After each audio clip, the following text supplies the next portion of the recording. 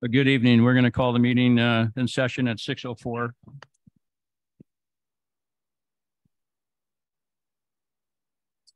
And Rich is not in attendance tonight. He is an approved absence.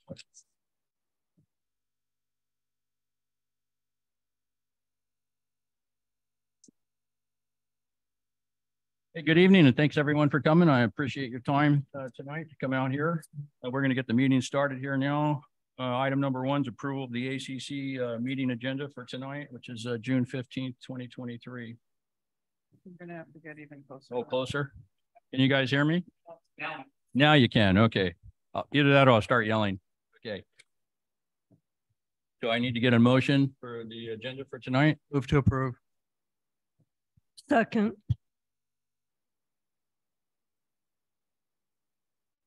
All in favor? Aye. Aye. Unanimous.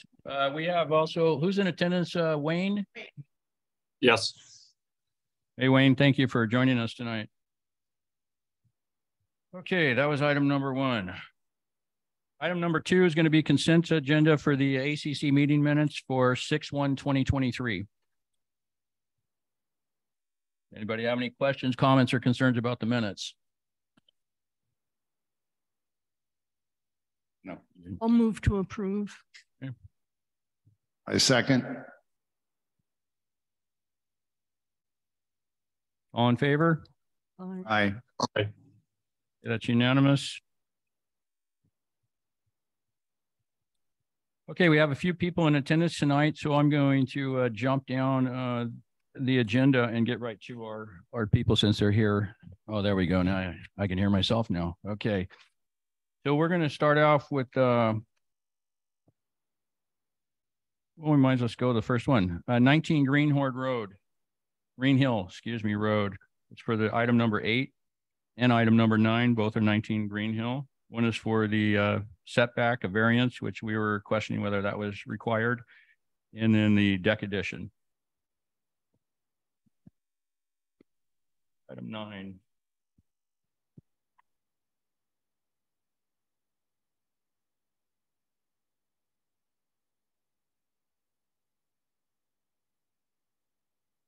Can you come up to the podium, please?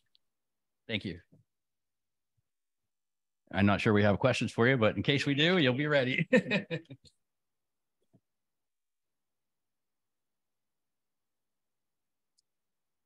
I think the only question we had on this one, if I remember correctly from our tour, was whether or not they needed a variance or not.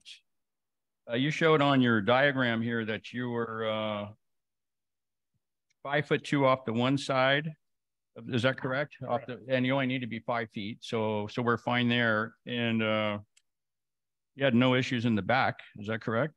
Well, in the back, which is the kind of the green space, that park space, what I'm proposing would have at least a 5 foot. I think it would be 5'2" on the north end and probably closer to 6'2" on the south end of the deck. Because the lot line's a little bit slanted. Yeah. So it would have 5 foot at least 5 foot from the back lot. All the way around. So, okay. Is that correct? Correct. Okay, yeah. So, so any comments or questions on the deck itself? Do you guys have any comments or concerns other than what we talked about when we were already out there? No. And just to be clear, from the front deck, there would be a stairway that would kind of go down to the lower level where that back deck would be. So there would be a stairway, and you can see it on the first sheet, the flashed lines. Just so that wouldn't be a deck, that would be a stairwell down.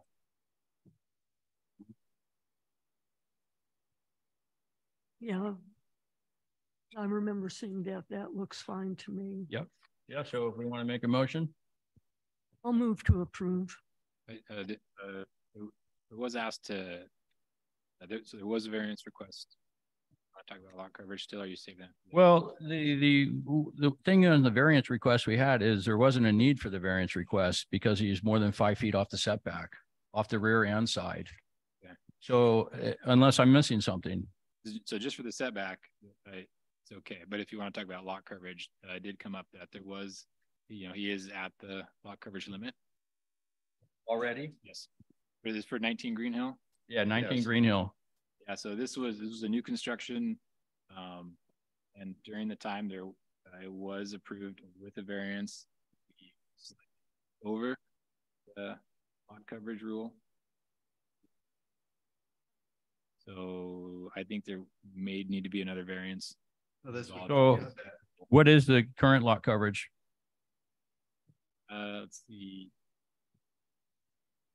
The house footprint with overhangs is at 36.1%. So the house with the overhangs, 36.1, and that's supposed to be 35. Right. Okay.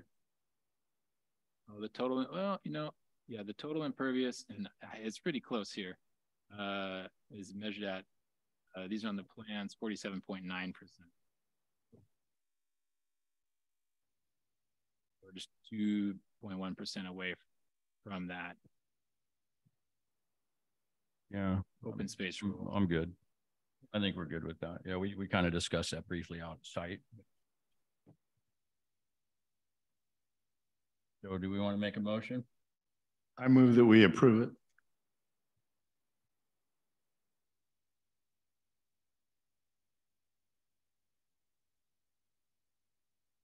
So the motion on the table is moved to approve by Patrick.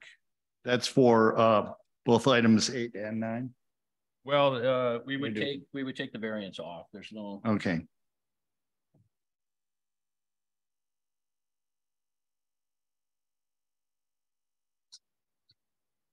Unless Joel, you're saying the variance is there because he could potentially be over the 50%. Perhaps I haven't done the math on this. Yeah, so I would say we'll take the variance off the table. I appreciate you putting that in, and just that happens sometimes. We do need the variance request in there, but as long as you abide by all setbacks, this is the motion that we'll put on the table would be abide by all setbacks. Correct. Yes. And then that way your variance wouldn't be required. You wouldn't need that as long as you abide by the 5-foot setbacks on that. Can I get a second on that? So without the deck, Joel, where do they stand? Coverage? Without a deck.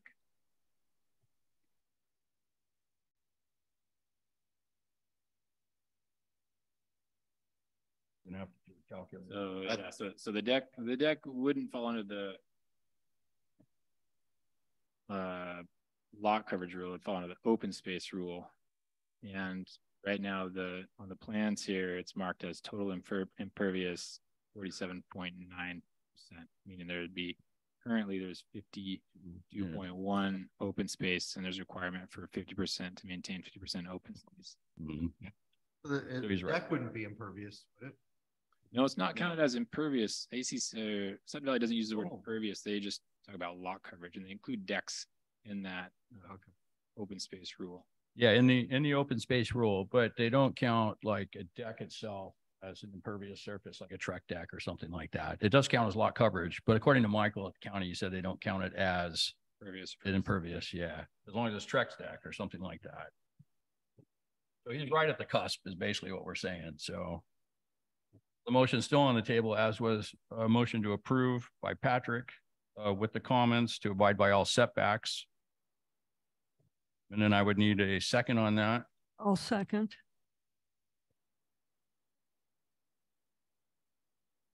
That's Joe Jean. And then all in favor? Aye. Lee, Wayne? I've got one clarification. So are we saying we're at 1% over the actual variance and with the deck? And if I'm looking at the illustration there, you've got 7'6" next to the parking there. Can that be reduced so you meet that 1%? That way we don't have to come back to it. So instead of 7'6", you can probably achieve the 1% by 7'5" or 7'4" or something. Yeah, well, the thing is, he's very close right now. And so the motion we already have the motion on the table to approve, and that's been seconded. And it's unanimous right now. And I was just saying how you felt about that, whether you're in approval. Well, I would approve, and just if you can reduce it on one side and achieve that 1%, then we don't have to answer this in another home owner that's requesting that, and then they're using this as a precedence that they can also go over that 36%. All right, so your vote on the table is against it then, because we've already made the motion. It's been approved. It's been seconded. And so then you and everyone else has voted in favor of it. So then you're voting against it. Is that correct? No, I'm for it if they can trim that 7'6" to 7'5" or something, and then that would demonstrate the 1% difference. Like what you're saying is we're agreeing with the over variance, right? Yeah, it's really close. We haven't actually done the calculation. It's very close to, it might be over 50. What he's saying is he would like this reduced from 7'6" to 7'5". Try to make up that 1%. You're close to the max. You're very close. And you potentially could be slightly over with this. We don't know exactly until, you're done exact measurements. So he's asking that this would be reduced so you wouldn't have an issue. I'm not sure 1 inch would make a difference in an overall thing. But so that's what we're asking. You just watch that coverage. So the lot size is 3,071 square feet. What's the lot size? 3,071 square feet. If he has 2.1% remaining, that equals 64 square feet left. Roughly, yeah. So size before he reaches that 50% limit.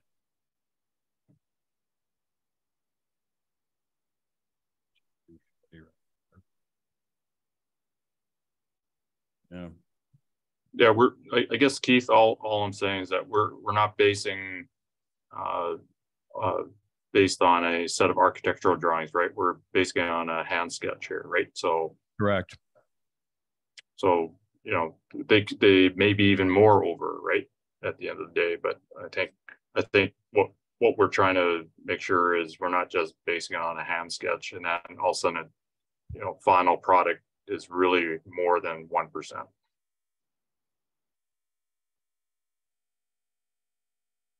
All right, then what we're suggesting then is a strong follow-up then. Is that correct? And after this gets built? Yep.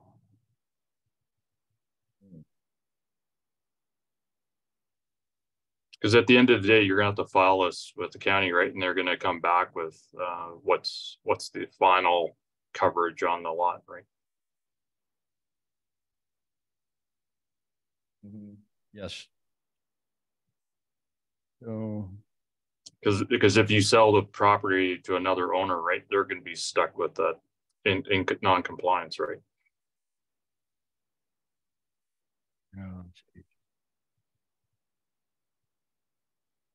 Yeah, because we're going to be over like about 100 square feet based on what I can see here. So they would need a variance. Yeah. For lot coverage rules. Yeah, because if you take 1% of the 33,000 square feet, right, you're at 30 or a little bit over 30, right? So even if you took that width from 7'6" to say 6'6", you took a foot off times 20 feet, you probably achieve your 1% right there, right? Yeah. Right. So instead of just playing nickel and diming here, we'll call it like final submission. Try to achieve 50 square feet by, instead of going 7'6" wide, you go 7 foot by 20, and then you get your 1% right there, right? Mm-hmm. And do you understand what he's saying here? So you're very close on your maximum lot coverage you can have. So adding this additional decks with your stairs and stuff like that, best I can tell, you're going to be over 100 plus square feet over on your lot. So you do need the variance request for that. So we're going to keep your variance request in here since you have it already in here. And we're going to put the variance request for lot coverage.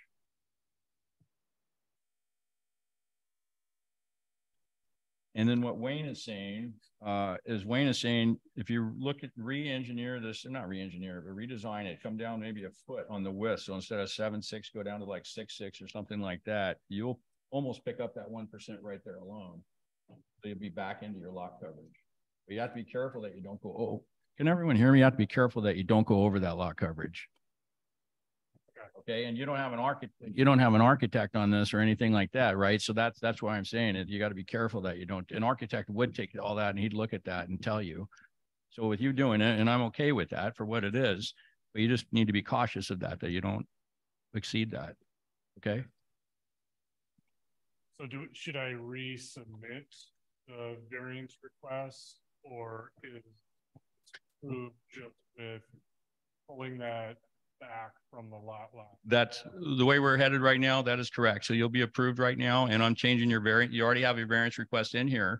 I'm changing it to variance request for lot coverage, and that is only for like insurance for you, right? Because you're going to be very close to this, and then you're going to have, like I said, it's going to be up to you. We're going to count on you to really watch this, and you're going to have to, watch your coverage. Okay, so we'll approve you tonight with this, so you can get going on it, but you're going to have to watch that coverage. Does that make sense? Yep. So just sure that if you get the foot off of that 5, it would be 6.5. Well, okay. So what we can do is I can get with Joel here and we can actually figure out the square footage roughly. It's going to take a little bit of time in a calculator, but I can get pretty close to what your square footage you'll have left remaining that you can do your deck with. And then you could work it backwards and then figure out where you want to cut something off. And there is, if you look at the page here, that's the actual diagram. Uh-huh. The third page. There is overhang that this will be under. So not all of that square footage will be new square footage. That's excellent. And that is good to know. So that's going to be 5 by, that upper deck goes up 5 feet. Okay. So 5 feet by whatever this upper deck is. The north to south, which I think is 25 feet, if I'm remembering correctly. No, well, that picked up your 1% right there. So you're really close. So just whack it. You may not need to cut anything off, but you're very close. So yeah, that's if that's the case, you'd probably be there. You're gonna be right at the edge, right on it. So we're good with that. And as long as you're right on that edge, you're on the cusp. Okay. And so you've been approved. And was that unanimous? I didn't hear from Wayne. Yeah. Yeah. Okay, that's unanimous. So good luck. All right. Thank you. Yeah, you bet. Thank you for your time. I appreciate it.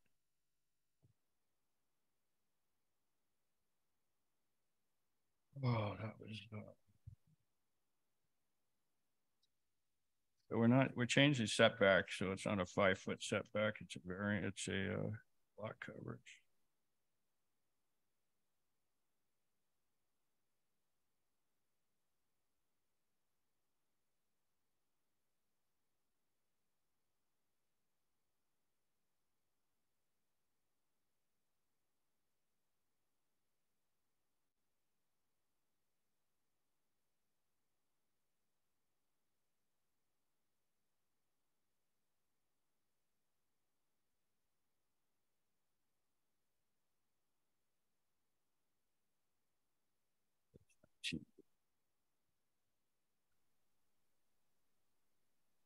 All right, that was 19 Green Hill, items 8 and 9. We're going to go to item number 10, which is 30 Bramble Way.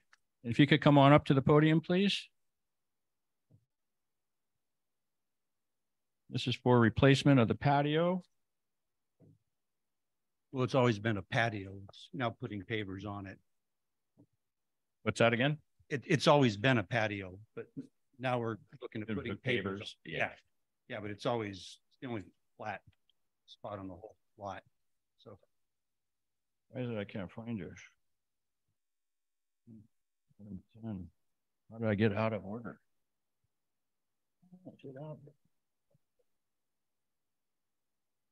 Photos. Yeah, but I don't think we had any issue. Did you find it?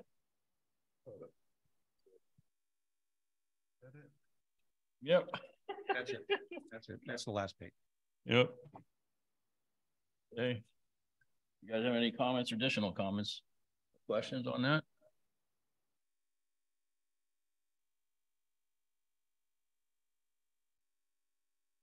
Eugene, anything? No.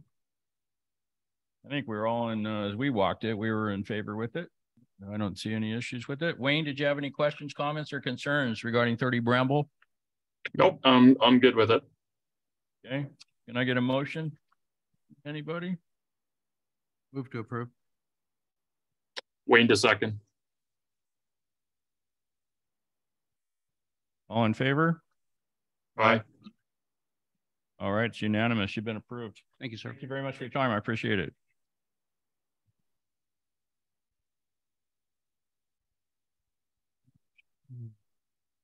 Item number 10. All right, item number, let's not do 11 yet. Let's, because it's going to take a second, Mark. So let's get through the other ones real quick. Okay, item number 21, Cold Springs Lane. Thank you. Hi, how you tonight? Okay, item 21. Item 12. Oh, 12. Excuse me. Why did I say item 21?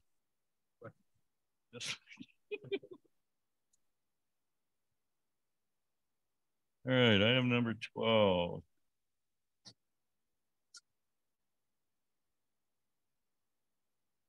I don't think we had any additional comments or questions on that. Did you guys? No, need a deck.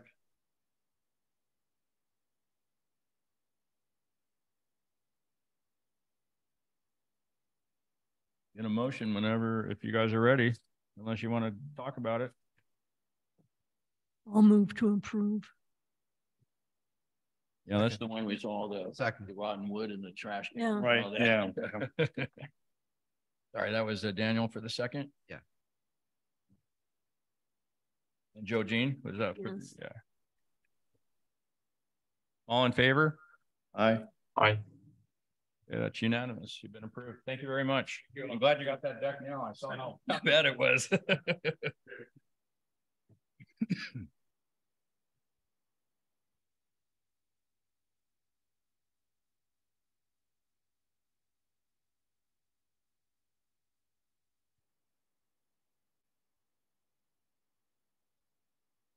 Yeah.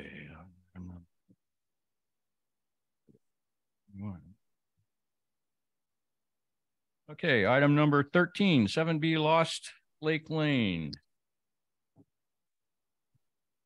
I think we were all in approval with this. I think our biggest concern on this one was the lot line, like where their property line is. Right.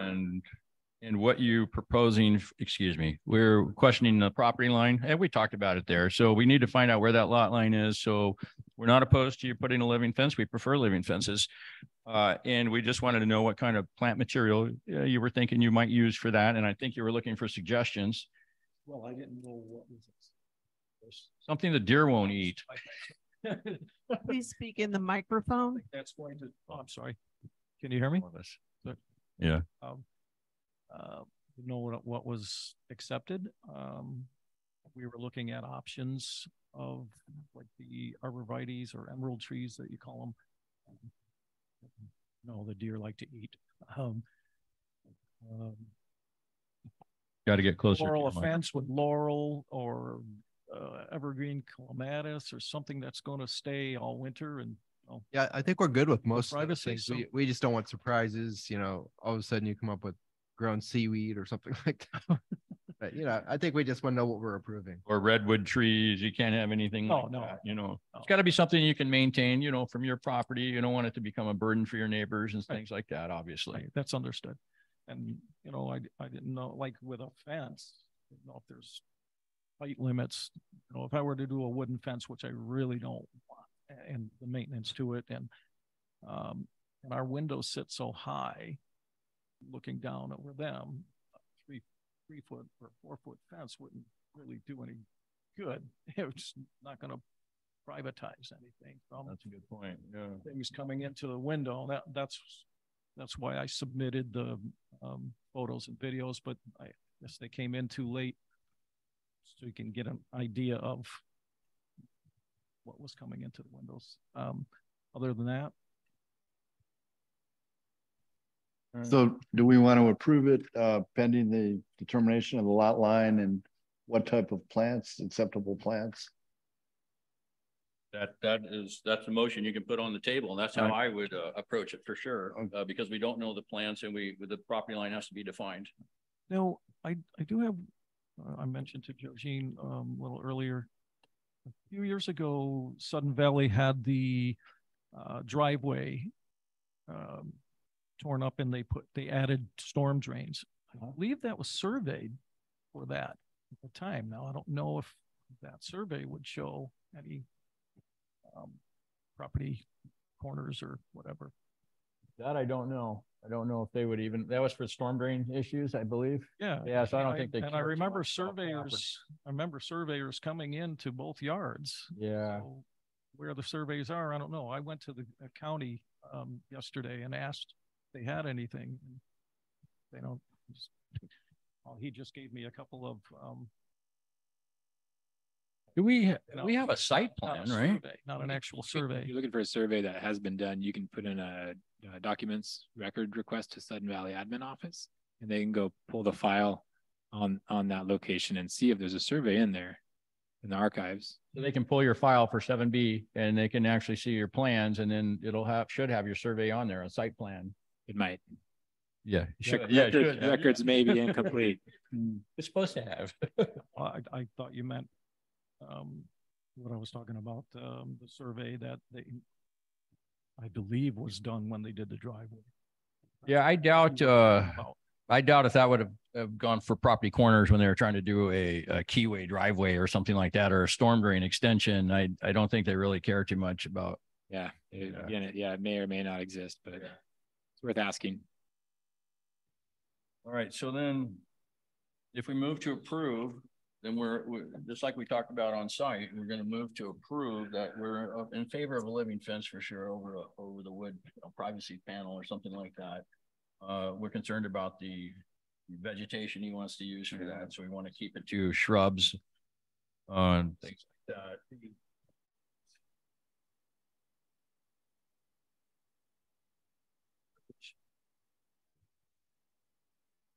All right. So how you do this is we're going to have to find a corner, right? So one of these markers still have to be here, hopefully, and then you start measuring off of that, and that's how you're going to find your property line.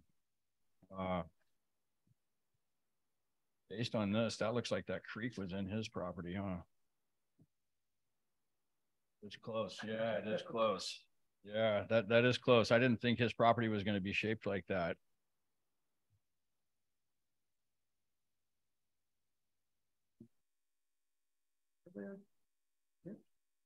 Mm-hmm.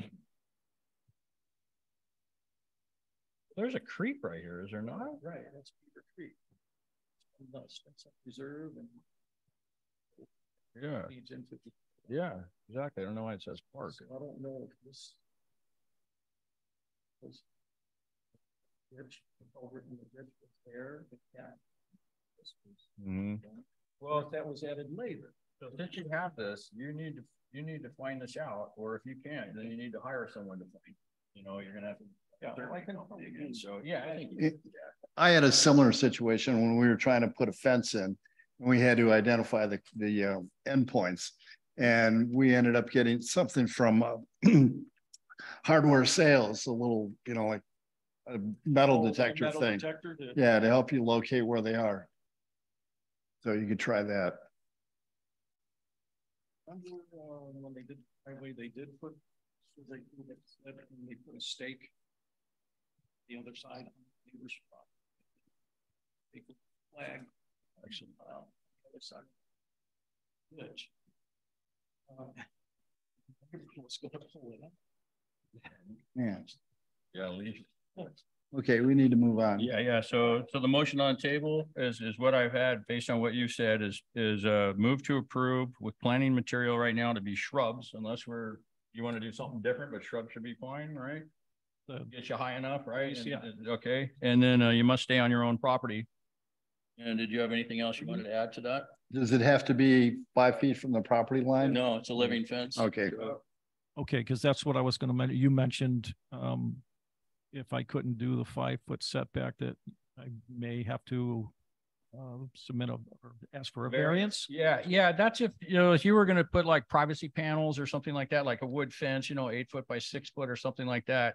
where we said, because we didn't know your property line. So if you're going to be within 5 feet of your property line to do something like that, then yes, you would need a variance. But in this case, since you're putting a living fence, a variance wouldn't be required. And they could be put up right where those ferns are at the edge of thank you. the ditch then? Yeah. That's what I was. Speak into the microphone. Okay. So Patrick, that was your motion. Yes. Can I get a second on that? I'll second that. Daniel? All in favor? Aye. Aye. Yeah, unanimous. All right, you've been approved. Thank you very much for your time. Okay. That was, okay, guys, we have somebody who's actually on a cruise right now and they're joining us by telephone for their thing. So we're going to jump to theirs real quick. I forgot they were here. I would have went there first. It's, and they are item number 4 on there. So we're going to jump to item number 4. It's 44 Windward Drive. Hi, Gordon and Claire. How are you? Good. Can you hear us? We can. Hello? Okay. This is item number 4, 44 Windward.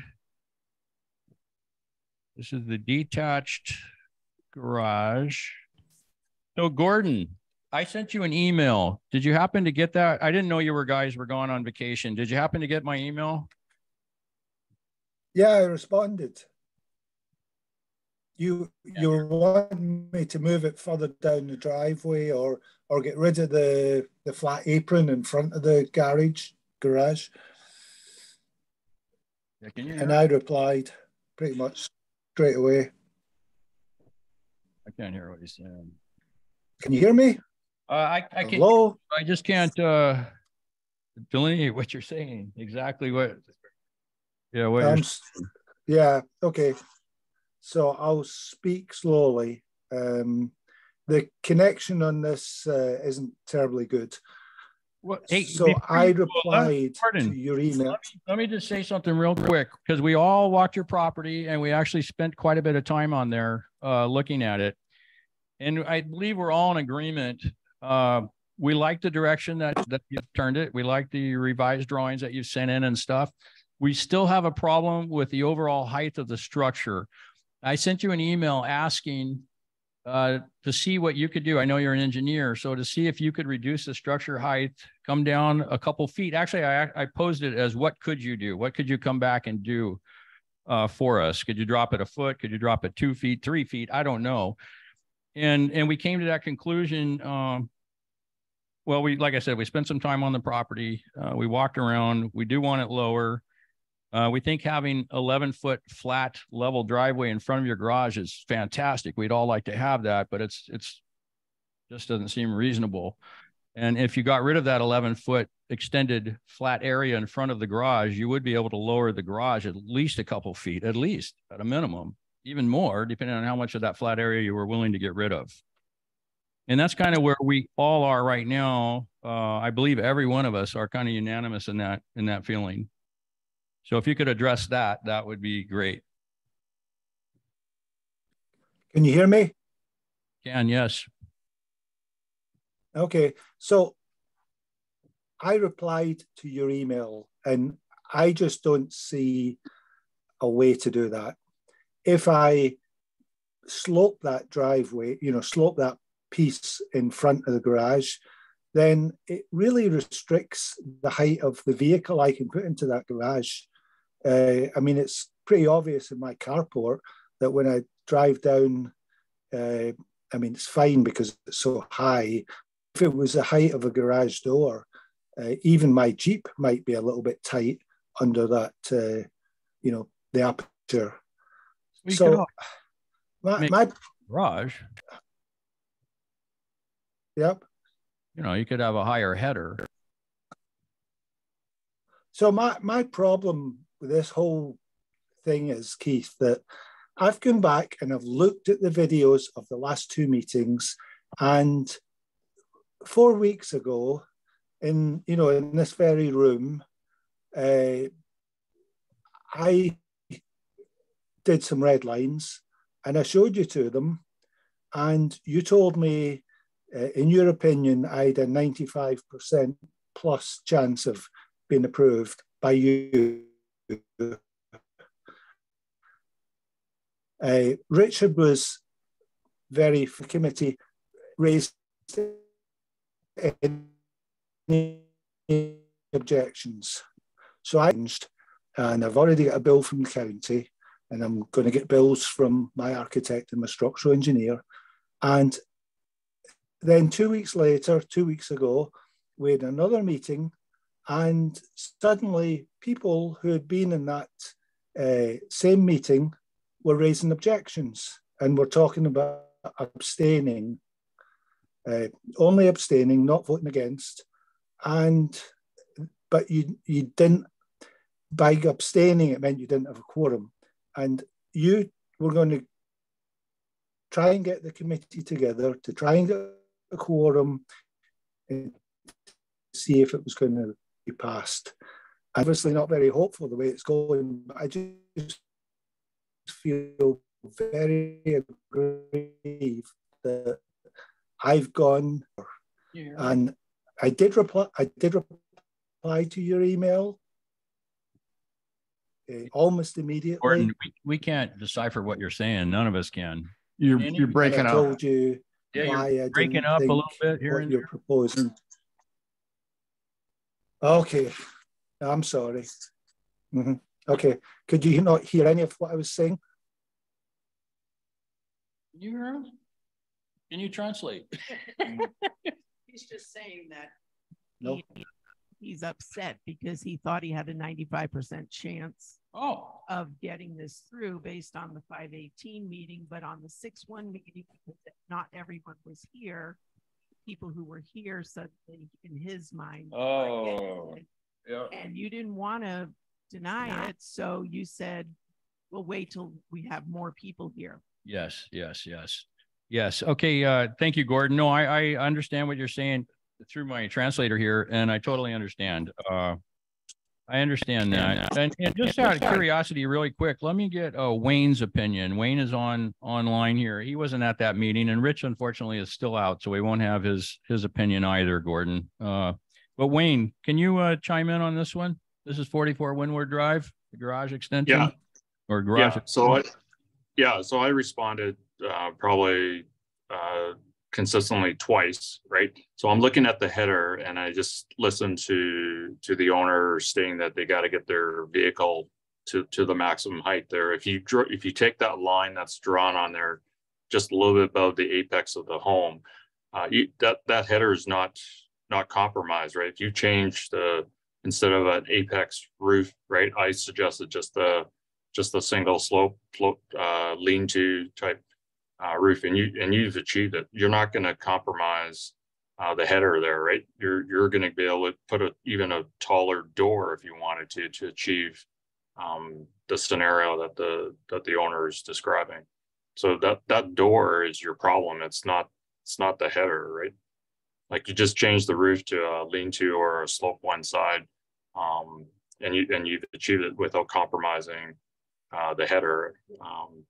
And we're being consistent in terms of lowering that apex, right? That's what the issue is the apex of the garage, the roof style. If you just made it a single slope, you will achieve it without compromising the header.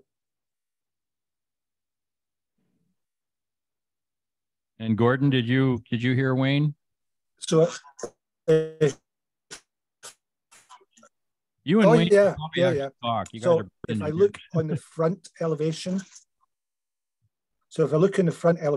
are you saying instead of having a gable, two That's pitches, right. You're saying, okay, so that is no longer in keeping with the architecture of the house. That was going with a gable, with a pitch the same as my house. And my real issue is, I'm trying to get this thing built during the moratorium, Okay, thanks, Joel. I'm trying to get this thing built during the moratorium, and you know it's already been 6 or 8 weeks trying to get this through this committee, and every time we have a meeting, I seem to get told to do something different. It's always been consistent. Lower it, lower it, lower it. That's always been our main. No, it hasn't, because at the meeting 4 weeks It has ago, been for me, you Gordon. told me I've always complained about the height of the missile silo to begin with, and yet redesigned it. And I appreciate that, but it's who's still. that? Sorry, who's that? Is that you, Keith, or is it somebody else? No, that's me. Who's me? Keith? Keith, yeah, sorry, yeah. Yeah, so Keith, you told me 4 weeks ago I had a 95% plus chance of being approved if I did the change that I had done in the red line. So, I mean, that gave me the green light to go away and tell my architect to make that change, and my structural engineer as well, and resubmit it to the county. And and I actually specifically asked you, are you asking me to move down the floor of the garage? And you said no. And if you go back and look at the video record, you will see that's exactly, I asked that exact question. And now, you know, you're asking me to move down another foot or 2 feet. And to be honest, I would ask, well, if you 2 feet, does that really, does that really make a huge difference? I've already difference? asked you once to move it down, right?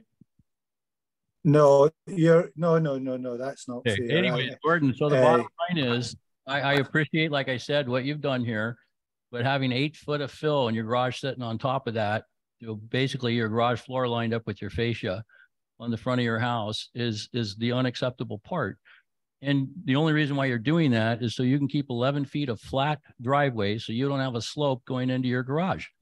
Everybody in Sudden Valley would love to have a flat driveway going into the garage. It's just not feasible here. And so what we're asking you to do, instead of having 8 feet of fill, is possibly consider 6 feet of fill or 4 feet of fill and lower the structure down.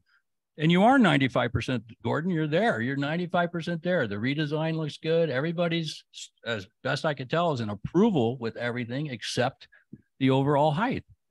We have some issue with it being detached, but we're going to live with that. We've agreed to live with that because you do have some topography issues there, and we're acknowledging that. So we want to meet you on that, and you are 95% there. So when you get back from Alaska, and no one told you to resubmit to the county. You should have came back to us first. So I'm sorry that you did resubmit to the county. And all you'd be doing, you're not changing the design, you'd just be lowering the fill. So instead of an 8 foot block wall or whatever you're going to use to retain all that, you're going to have a 6 foot or a 5 foot or something like that. Well, and we had talked about, go ahead, Patrick, yes, about making the floor of the garage right where the drive is right now, where the garage was going to start. And then at 20 feet back. Yeah. Yeah. So Gordon, what Patrick is saying, we measured back 20 feet from your property line back, and you have your stakes there, right? And so I took the liberty, took a board. You had some 2x4s there. And that's what I'm telling you, man. We spent some time on this. So we took the 2x4s, we laid them out, held them up where level would be. And we agreed that it would be fine at 20 foot back. But that's going to lower you down. I don't recall, it was a couple feet lower than your 4 feet lower than the fascia, roughly 4 feet lower than your fascia now, roughly. And that was at 20 feet back coming in off your property corner. And it's hard. I know you're on a cruise ship and we can meet you out at the house and go over it again, but still the bottom line is the structure needs to, the whole structure, not just the roof needs to come down. We're not asking you to have a flat roof. Your structure's fine. The design is great. It just needs, it can't sit on 8 feet of fill dirt. And to add there, Keith, the only reason Go ahead, Wayne. I'm sorry. Yeah, sorry, it's Wayne here. I was trying to accommodate the fact that if you really are desiring that 8 foot fill, the other alternative, and it will save you a bit of a cost because a single roof line is cheaper than the gable, right? So that was the only other option there. If you're sold on the 8-foot fill there, then the other option would be is to go with the single roof line. Either way, you're going to achieve. Is a single. Yeah, sorry. Go ahead, Is a Gordon. single roof at the same pitch? Is a single roof at the same pitch, or is it a steeper pitch?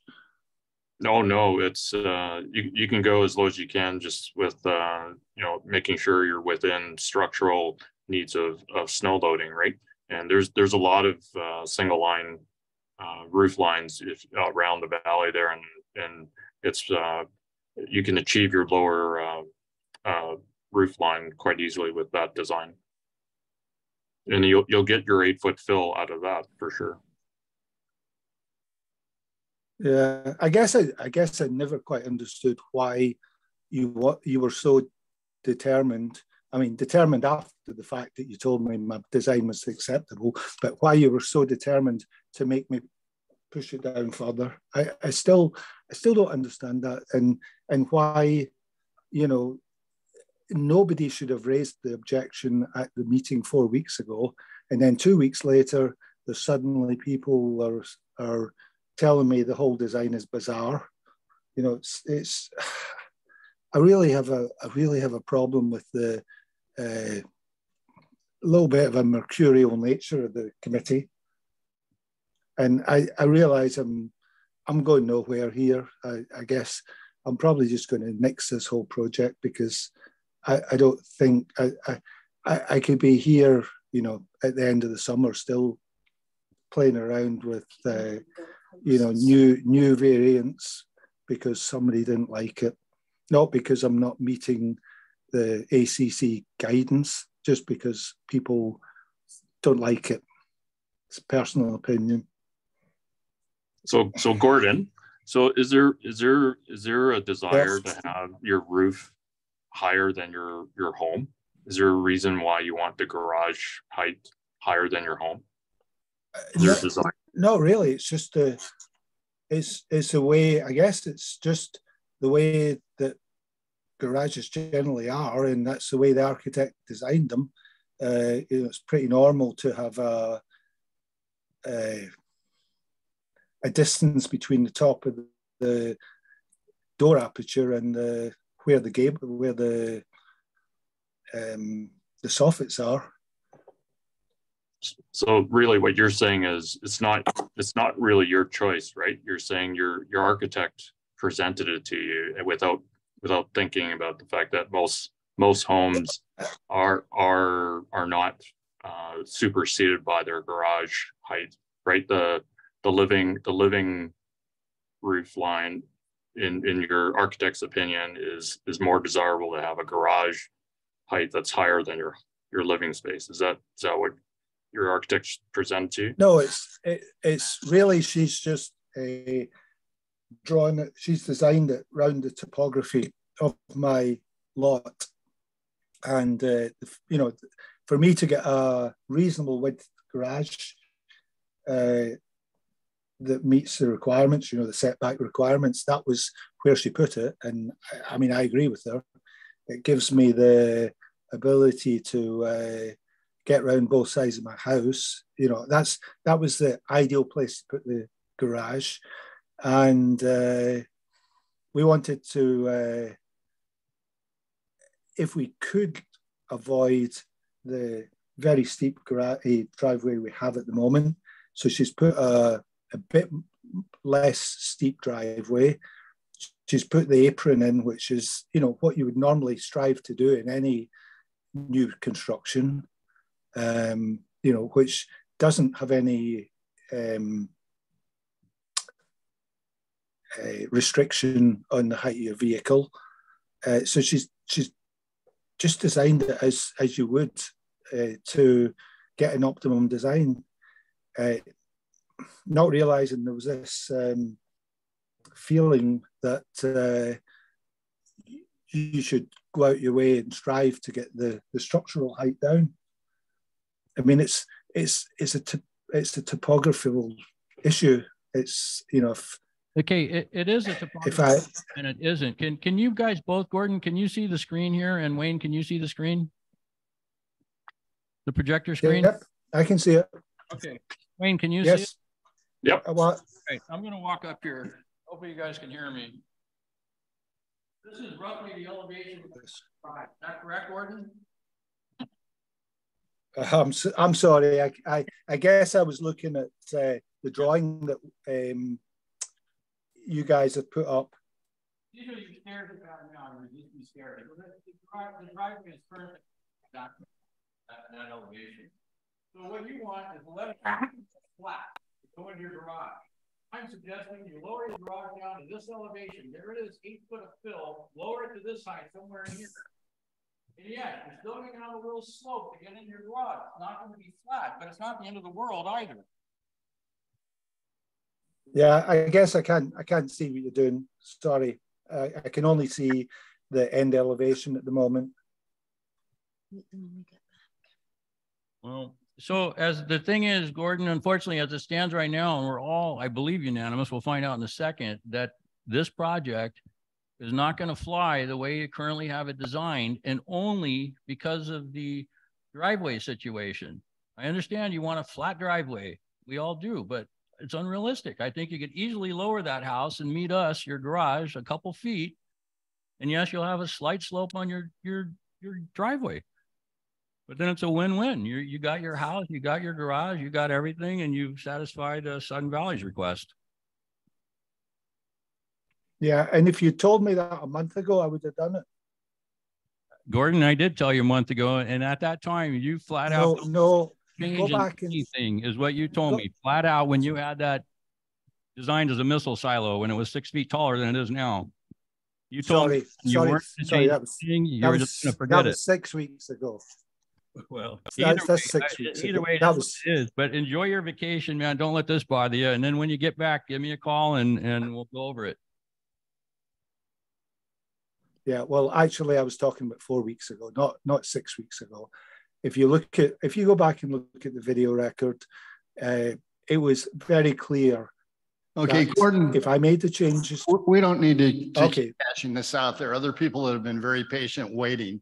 And, you have the decision here. We'll be glad to get with you and go over that, but we need to press on. Yeah. All right. Thank you. Hey, thank you for your time, Gordon. I appreciate it.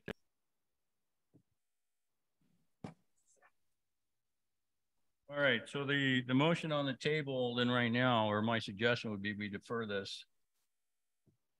Right? Yep.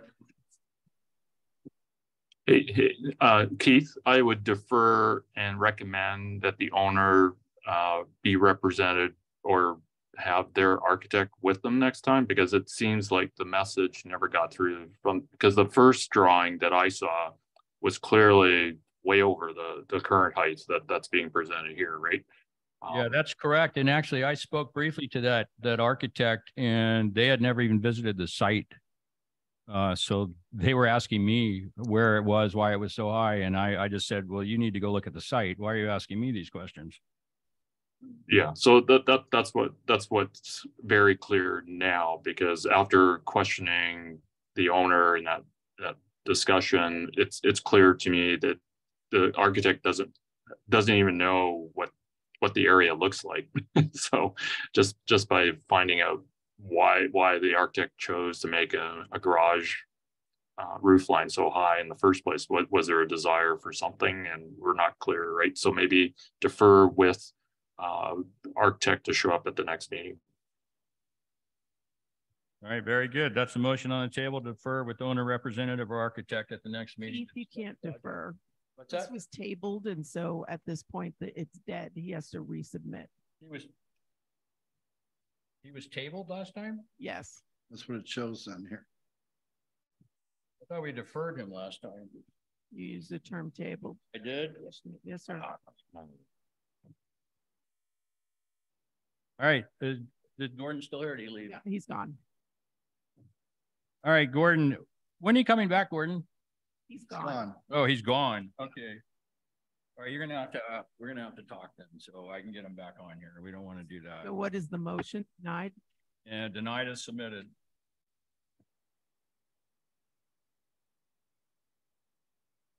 Who made the motion? Well, you did. I'm not on. All right, so I know. We got to get a motion. There's one way to make the motion denied as submitted. I'll make the motion. I knew you would. And Wayne the second. Okay, all in favor? Denying as submitted. Aye. Aye. Aye. We're going to go with majority. I'm going to abstain. Only because I got him in trouble. Okay, that was item number 4, 44 Windward. All right, let's do 3 topper. Is that you guys? 3 topper over here. Oh, sorry, Gordon, John. 3 topper. This was the one we did the final on.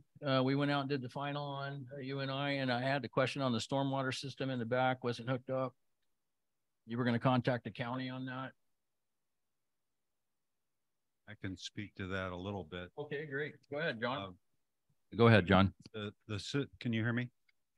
No, actually, I can hear you, but I don't think anyone else can. Do I do anything? Closer. Is that better? There you go. Perfect. The system was off when we went out there. Right. It wasn't even connected. And that happened like the next day or a few days later. They got it all working. And then the county came back out and re-inspected and passed him. Oh, so the county did come out and re-inspect? Yeah, he has a full occupancy. In fact, I think I sent it to you, Joel. Okay. So that's been rectified. So the sump pump now pumps up. Right. It's hooked up. It's no longer a jacuzzi. That's correct. Okay. Do you remember that? Yeah, it was just like bubbling in there. It wasn't pumping anywhere. And then we had the lighting issue. They were going to cap the top. They were capped, but they needed to be black or blackened out. Yeah, I don't know if he's addressed that. We have a change request to use the different lights. Yeah, that's the one on the back side. I think in the front too. And then I think the backside had a lantern, and now it's got just like some new kind of cool looking thing, but it is different. But the front I thought was the same. Those were the up down. Did he submit that for the front? I believe that's okay. His package. Okay. There was a side one as one I noticed was different. The sides and the fronts were both different. The side and the front? Yeah. The fronts as they existed did need to be capped on top if those are going to be approved as is. It'd be blacked out or something. Mm. Have you seen those at night actually on? No. I was curious how bad it is actually. Yeah, I don't. It does have like a plexiglass top on it. So I was just curious how reflects a lot or not too much or. There's been different solutions for people to cap them. Allegedly, somebody sells a cap. Other people just cover them with something else. Magic marker. Just. Okay. There was like 3 things. Oh yeah, the gravel path. And the landscaping. Hmm. And I talked to Joanne about whether it makes sense to make him dig up the established plants and do the jute mat and replant. So she said, The house? yeah, she said that she would go out. I mean, Sergey complained about, well, you guys should tell me well in advance that I might have, he claims he's never had to do jute mat. He should have had to put retaining walls on that side. At any rate, Joanne didn't give that any credence. So, but she did say that if after 6 months or 8 months that the planting has gotten established, that it would be counterproductive to uproot those. And so she said she would go out and check, and I don't know if she's done it yet. I don't know if she's told you guys anything, but that's how we left it. Yeah, she hasn't said anything to me.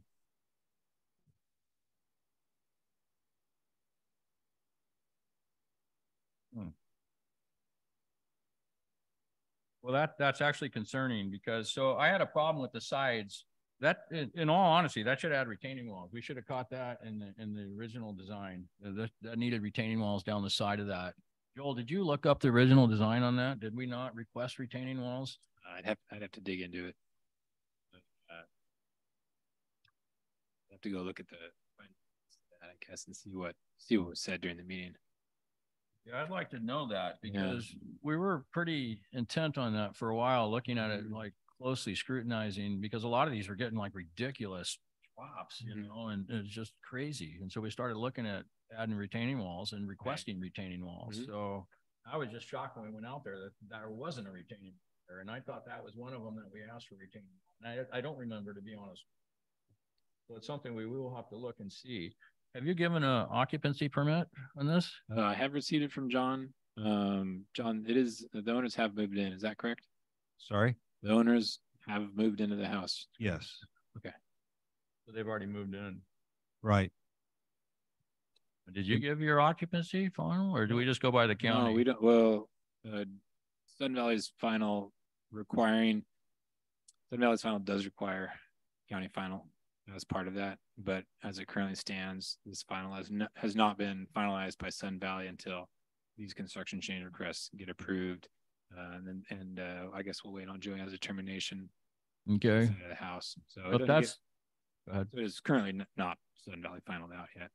All right. If that's the case, I would like to find out if retaining walls are required. Okay. Sun Valley is no longer responsible for stormwater, correct? Correct. Although I'm glad we looked at that and found that it wasn't connected, because how many of those are getting by, right? The county's supposed to look at, and we caught it. So not saying the county wouldn't have caught that, but it was odd.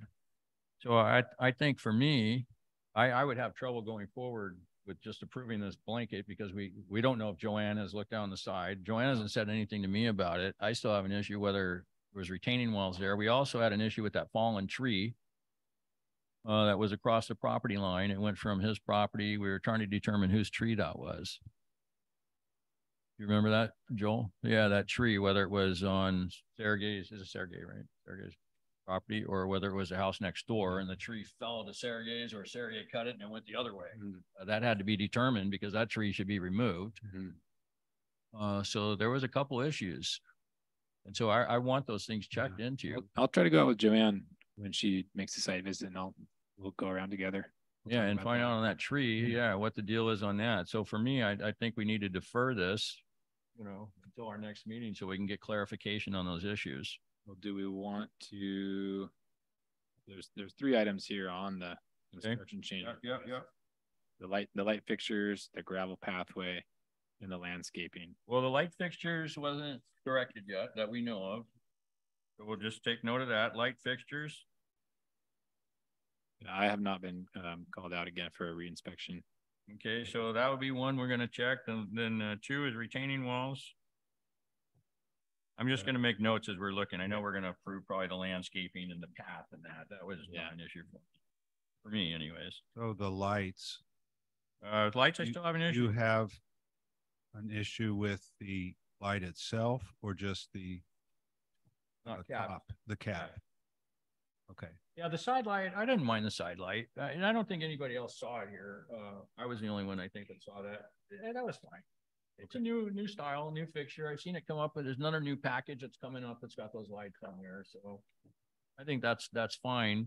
The lights in the front need to be capped or addressed, at least figure out what he wants to do there. And then I still need to know about the retaining wall, if there was a retaining wall required on the side of the house. Right. And so Joanne may not realize that how steep it is right? When she gets out there, she might go, holy crap, this needs to be fixed. So I don't know that, and I haven't talked to her yet. And then the tree, that fallen tree that we had noticed. Now that wasn't asked. I wasn't asked anything about that. I'll take a look at that with Joanne. Okay. Yeah. So we need to find out whose tree that is, whether it was cut down when they did the build. they build and then let it fall, and it's fallen on the neighbor's property and it's still on your or their property, that tree either needs to be removed, or if it's the other property owners and it fell your way and Sergey didn't care, then that's your guys' deal. But if it's Sergey did it and left it there, and that's why I think he's using that for a retaining wall. Yeah. He knows that retaining wall needed to be there, so he left the tree there to hold everything up in place. So yeah, we'll have to see. We'll have to check. But on tree. Okay. And then for us, we need to look at the landscape on the paths. They added this walkway here in the front of the house. Then it goes around down to the back of the house and it goes to the, kind of gives you access to the sump and, you know, stuff like that for a storm system in the back. I didn't have a problem with it at all. I think it looks totally fine. It's just a crushed gravel. It's not a, not a big deal. The other issue we were looking at was landscape. Did you check that out? Did we check that out there? I can't remember. In the landscape? Oh, it was just we were good with that. Yeah, I think we were good. That was right? accepted. But there was a lot of natural vegetation still there and things like that. So. Well, I think the question was it didn't quite conform to what was originally submitted. Yeah. Well, yeah. Deers probably moved some of them around. All right. So then, as far as your question, Joel, I think the only one that we could approve on here would be 2 and 3. Would be the landscaping is somewhat different, which is fine. The gravel pathway connects driveway to the side and rear. I think I'm personally, that's me. I'm saying I think that's fine with me. I don't know how the rest of the committee feels, but I'm good with that. You guys have any comments, questions, or concerns about the gravel path, the landscaping? No, it looks good.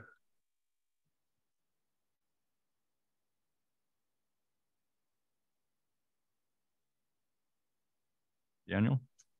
No questions. Okay, can I get a motion then? So yeah, careful on the motion. So we're only going to be doing then 2 and 3. And then 1, we're not going to do it this time. 1 is going to be the light fixtures. I'm all right with the different style. I mean, we have to be capped. They still have to be capped. So it's like 90%. I give it 95. It's another 95er. Yeah, be careful. You're 95% there. Yeah, so the lights still need to be capped, and then we need to find out about the retaining wall and the fallen tree. Yeah, I'll follow that one. And the fabric. Joanne, yeah. Which will all be in the same area anyways. Yeah. They're all, okay. All right. So we approve 2 and 3 and then defer the light fixture and also about the retaining wall and the fallen tree. Yeah, light fixture, retaining wall, and fallen tree, correct. I'll second that. So Patrick, that's your motion? Yes. Oh.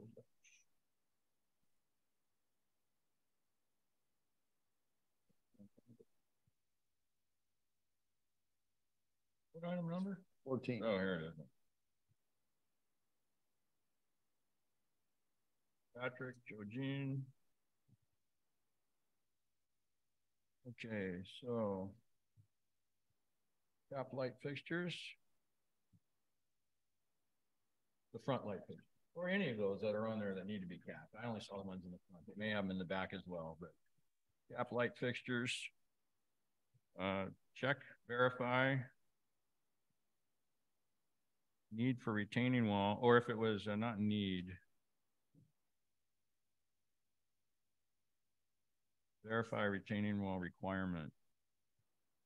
If we ask him to do that. And then the third one was the fallen tree. We need to find out whose tree.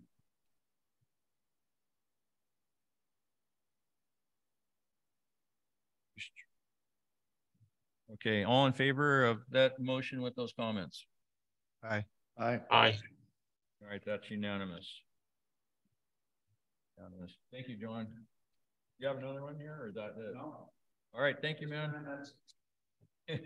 That's it till next time. Okay, so that was 3 topper.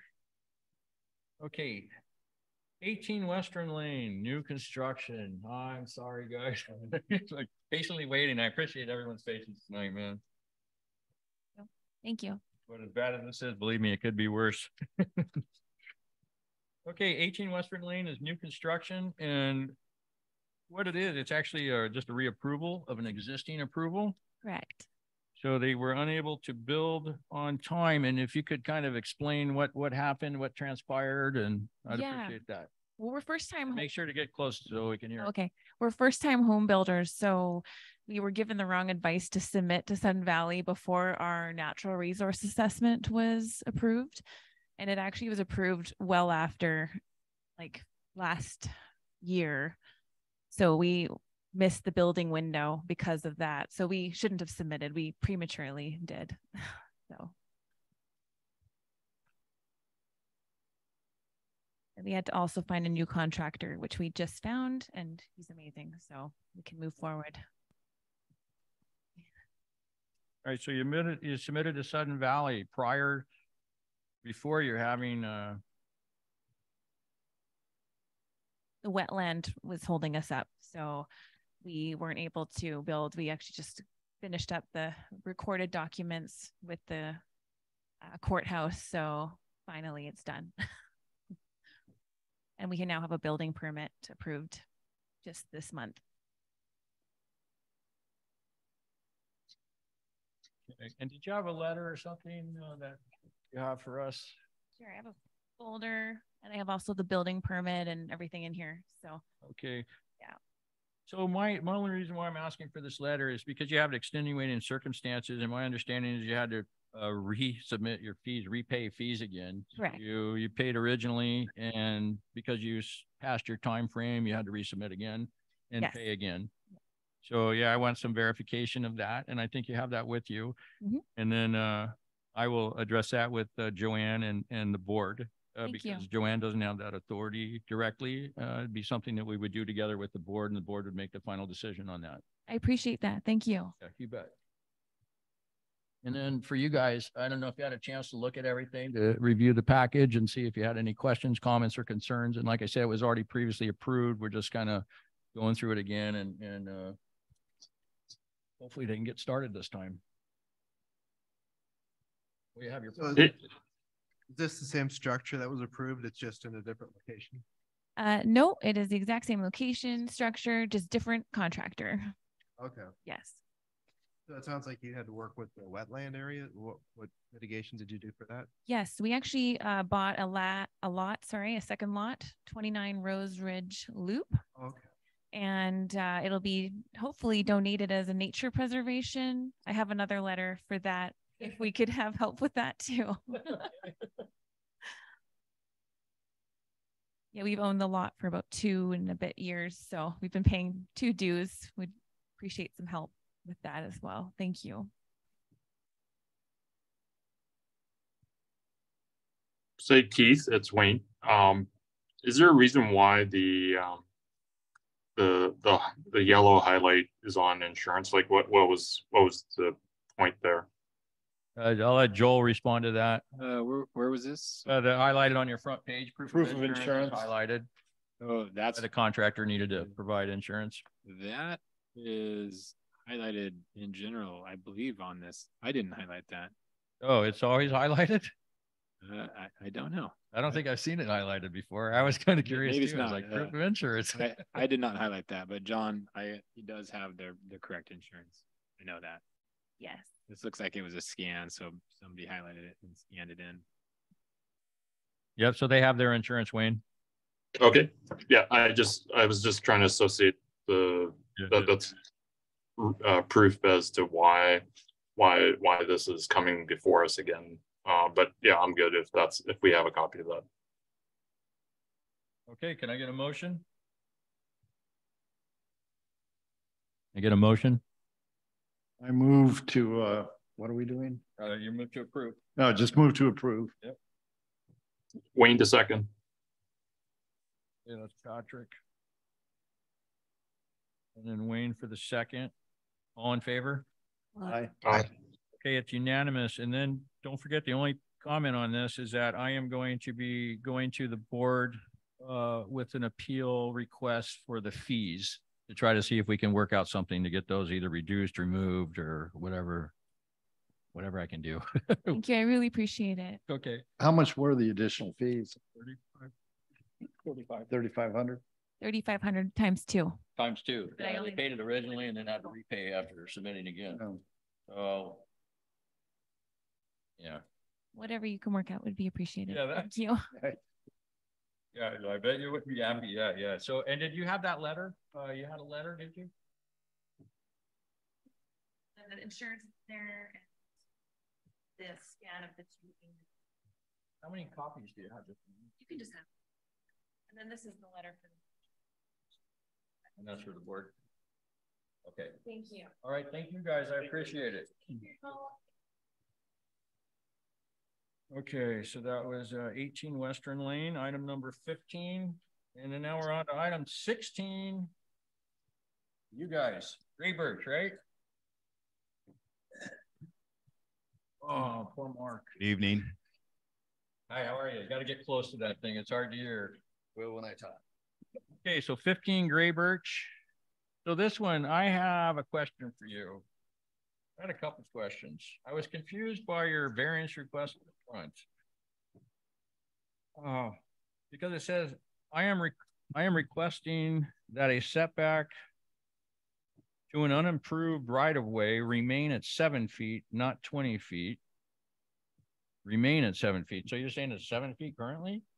So we don't even know what the setback is exactly. We know it's 20 feet from the front, which is where the house is set back, but this is kind of a unique property. Yeah, I saw that on the site.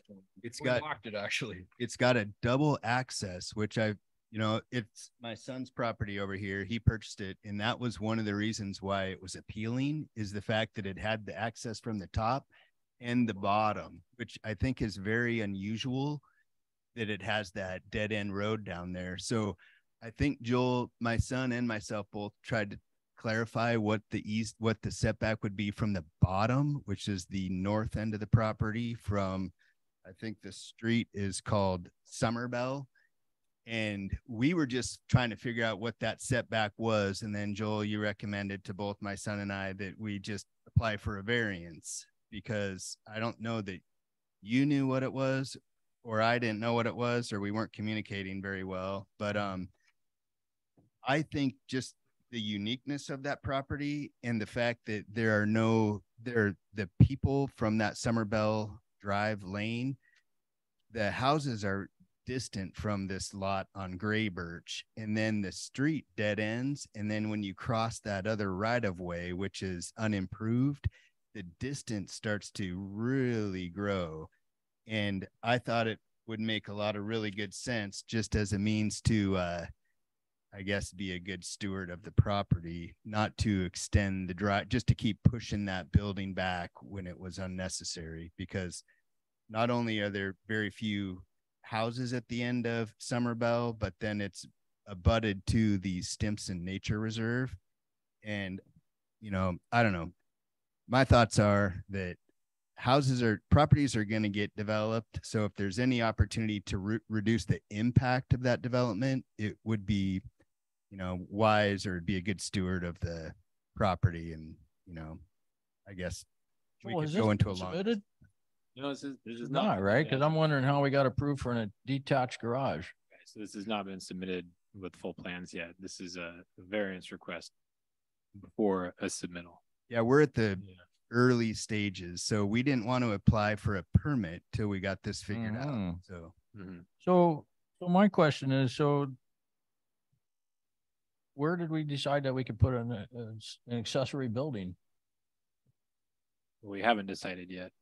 Well, how did that happen? I mean, that's just kind of odd. Like, nobody here is allowed to have, detached accessory buildings, ancillary buildings. And all of a sudden I saw this, and I was like confused when I went out there, but I did walk all the way down this thing, and it was still somewhat confusing. Then I saw the detached garage, and I was like, when did this thing get approved? Well, we drew it in there based on the development standards that are written by Sudden Valley. So there is a provision for detached structures in the Sudden Valley building codes. So that's another thing. If we need to get like some sort of approval, that wasn't in the development standards either. So that will happen down the road if that is what the protocol is. So right. This variance only, we're just trying to figure out where to put it. Yeah, only addresses that setback. Well, that concrete driveway goes to a garage that's with the house. yes, that is not built yet. None of this stuff is built yet. We're trying to figure out, you know, when you go to the designer to put it on paper and there's some gray areas or uncertainties, you clear that stuff up now, because we don't want to get in the same boat as that guy that's got his plans drawn and his house is too tall, right? I mean, you want to get this stuff figured out early. Basically, what is a setback to a keyway? Because this is a keyway then. So if it is a street, it's a 20-foot setback from the street. I wouldn't call it a street. Okay. That'd make him happy, but I mean, technically, I wouldn't call that a street, you know? Now, are you saying 20 feet from the street or 20 feet from the property line? Because we got to clarify this stuff. Yeah, it'd be 20 feet from the property line. Yeah. Because that would put two 20-foot setbacks on that lot. Right.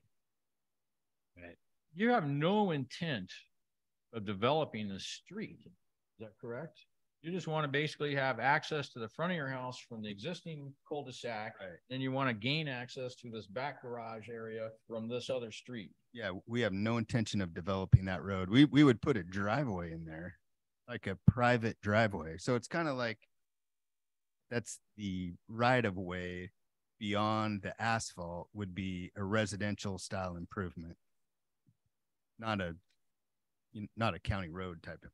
No, and is this a keyway? Is this a Sudden Valley keyway that addresses other lots, correct? I'd have to dig into that. Yeah, let's see.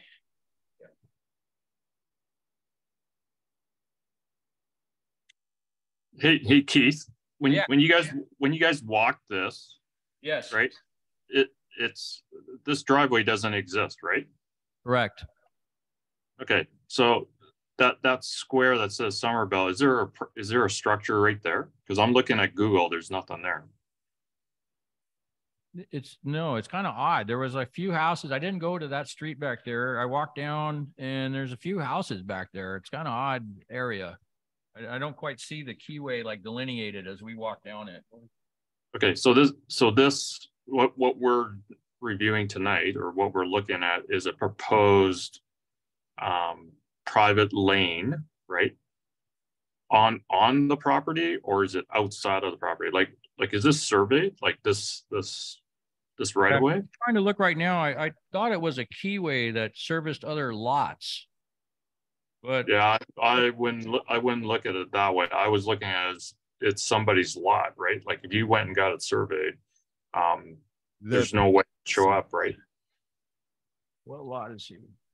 And his lot 10. I provided you guys with the survey. It shows the topography and it shows the unimproved right of way, but it doesn't have a name. It doesn't say Summerbell Drive on it. I think there might be some utilities in that, but if you notice, the topography is very steep. So chances of Summerbell being developed there, I think, are 0. Yeah, so the contours are very tight, right? That's how you get the steepness. But what I'm thinking is, if it's surveyed and it's made, it could be carrying other utilities like gas and cable and fiber in there, right? So obviously you can't even build a road on top of that either.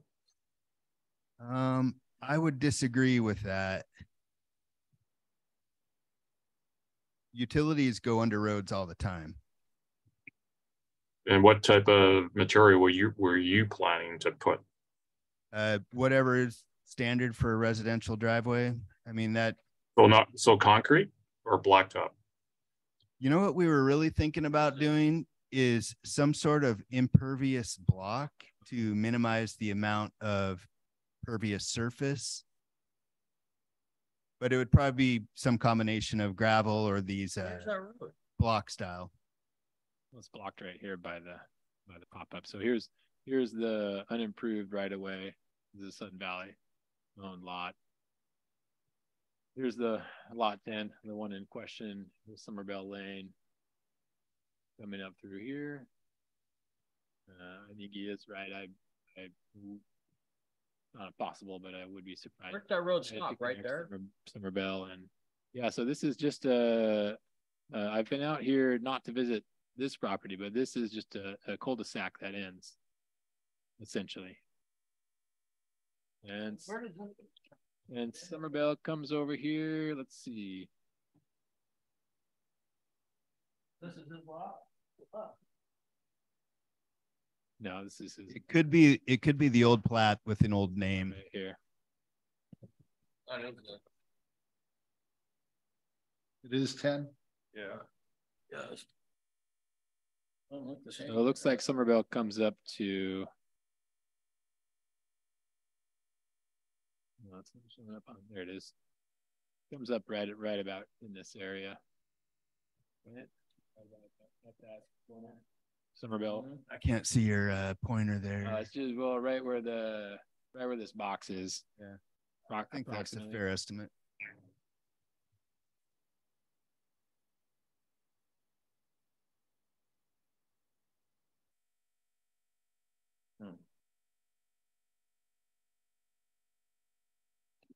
I guess the determination here is if that's considered a road, then your 20-foot setbacks pretty much are determined.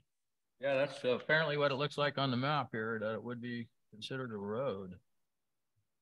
Because obviously somebody was planning to put access in there, right? So if you start blocking it, then what we're saying to the utilities is that they've got to be involved in it, right? I would love to put whatever I want on it too, right? Except we all signed on our plot ownership, ownership or access and ownership by the utilities, right? So I bet you there's probably utilities going through that right away.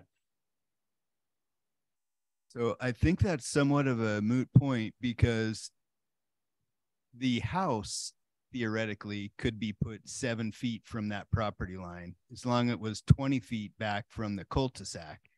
So it's not like it's would be encroaching any more than any other opportunity here. So it's just a function of whether or not you guys are willing to just agree to the fact that there's not going to be any additional impact if we put it closer, because, you know, theoretically, I mean, like I said, the house from the front cul-de-sac, I could put that 7 feet from that property line.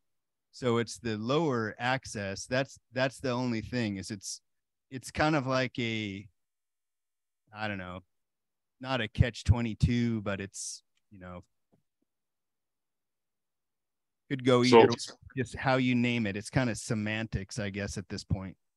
So I'm curious is what's your desire? What do you want out of it? You want 20 feet, right? Or no, sorry, you want 7 feet so you can maximize the building area, or what's your desire? Driveway. I want less impervious surface and I want to cut less trees because all those are, I don't know how the Sudden Valley people are, you know, what their concerns are as far as that are, how much they take that into consideration. But with the county, it's kind of a big deal when it's in the watershed and, you know, the impact on, I guess, stormwater and phosphorus and that sort of thing. So the shorter that is, I mean, I think previously setbacks used to be 25 feet, but then the county reduced it to 20 as a means to keep reducing the amount of impervious surface. So I'm just thinking this is an opportunity to maybe take advantage of that and reduce some of those square footage numbers. How do you reducing a setback help impervious surface? It's 20 feet less driveway. 20 feet less drive. Yeah, the county has no jurisdiction on our setbacks here in the Valley. I'm aware of that. Because when I asked them about it, they said we defer to Sudden Valley. And out of curiosity, you were saying you could put that building 7 feet off a property line where? So if you look at the house, like let's assume that garage wasn't there. Second garage? Yeah, the lower garage. So the house, you're required to be 20 feet off the front, right? That's that curved radius. Yep. And then the sides. 5 off the sides. So you could push that house right up against that property line. I mean, not up against it, but within 5 feet. So to say that it's got some sort of impact on the utilities, I don't necessarily agree with that. No, I'm not. I think you misinterpreted what I was talking about. Like, I'm not disagreeing with what you're desiring, right? I'd love to do what you're talking about, right? But the fact that, are you considering that separate structure? That's what this discussion was about. Like, are you intending to put that garage there, that separate structure? Like, I'm okay with the house, the way you just described, that's fine, right? But the garage, like, what are you intending? Are you trying to encroach closer to the roadway or right of way? I'm trying to be 7 feet from that right of way where the corner of the structure is. Can you just point it out for us? The garage over there on the right. For you. Right. The green line in your packet. Yeah. So this there needs 7 feet. Or it's supposed to be 20. Yeah, it's supposed to be 20 if that's determined to be a road, which apparently it just was determined that actually is a road. If that's the case, then that's supposed to be 20 foot from the property line back. Yeah, the language of the policy says side yard on an adjacent street 20 feet from the right-of-way margin where feasible.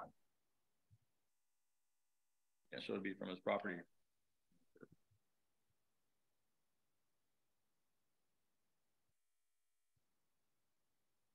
Okay, so are we considering that garage there or not?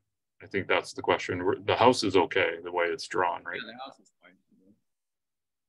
So I'm not sure who I'm speaking to on It's Wayne. It's Wayne. So Wayne, are you telling me that detached structures are not allowed in Sudden Valley? They require a approval separately than what is typical, like a variance is required, or what are you saying is required to get a separate structure on a property? Is it not part of a normal submittal? No, and typically you can't have like a detached structure here unless for topography reasons or something prevents you from attaching it to your home. Like if you were doing a shed or something like that, it's supposed to be attached to your house. Unless we go out and see, oh, you can't do that, so you have to have a detached area. Okay, because I think maybe I was reading the standards wrong then.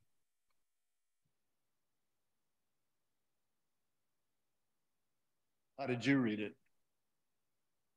Detached structures were allowed.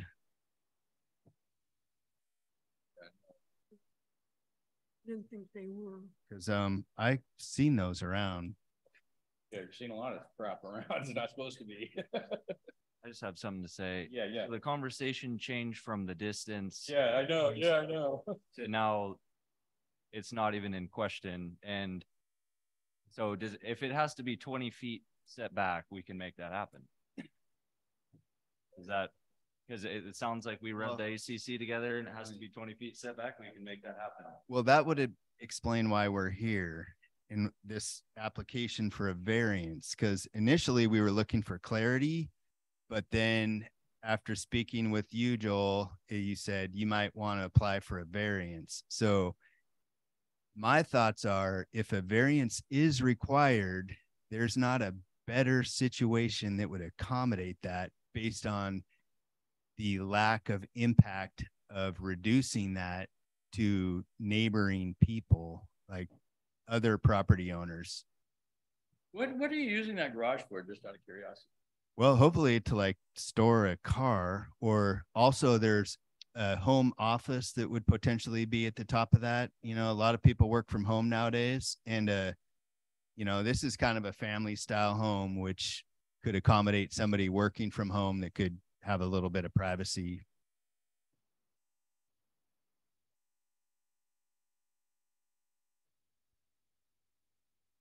Well, we can discuss accessory structure. What's that? Oh, I said we can talk about accessory structure stuff later. But yeah, but this is just about the variance. Is that a 20-foot setback from the right of way? Yeah, and so that can work. So if you go with the 20-foot variance, would you be? Actually, I'm sorry to interrupt. It actually wouldn't be 20 feet because we've already got it set at 7. Be 13 foot. So it'd be 13 feet. Okay, and you could move that garage back to accommodate that? Oh, we can move it to the other side of the property. We don't, I mean, but it doesn't make any sense. You know, the reality of it is that variance would be more beneficial to the community than not issuing that variance. Oh, so Keith, it's Wayne again. So is that road there or not? Because I'm looking at Google Earth. There's no road there, right? And it's surveyed as a right of way. And if you build the driveway to accommodate the request from the owner for a variance of 7 feet, you're reducing the amount of impervious surface, right? So if you set it back to meet the 20-foot requirement, you're asking the owner to increase the impervious surface. But I'm curious as to, like, there's the driveway, and then how are you accessing that driveway? Like, are you coming off what's the other street there? Sunbell? Summerbell. Yeah. So are you accessing your driveway from Summerbell or from the cul-de-sac? From the dead end of Summerbell Drive. So you'll be cutting across there from the other property, right? From your neighbor. We won't be cutting across anybody's property. Summerbell is a road. It's a right of way. It's a paved street. Right. That ends probably 100 feet before it hits your property. 150 feet. I think that would be a stretch. Probably closer to 50. Oh, okay. To the property line. I think that right of way is probably 30 feet. So the right of way going up the hill is about 30 feet. Then I think Summerbell is not far from that. Maybe Joel could there's probably a measuring tool on that. There's not.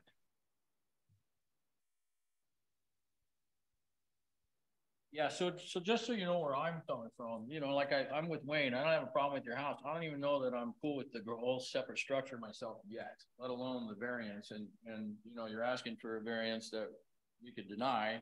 Oh, yeah. And we could deny the garage, and then only mute anyway. It doesn't matter. Yeah. I mean, just saying, right? So, but I want to take in consideration that road. It's undeveloped. Nobody drives down there now. No one will be driving down there after you're done. Anyways, that's why I wanted to find out your intention. You plan on developing the road, and all of a sudden it does become a road then that people can use, and the 20-foot setback becomes.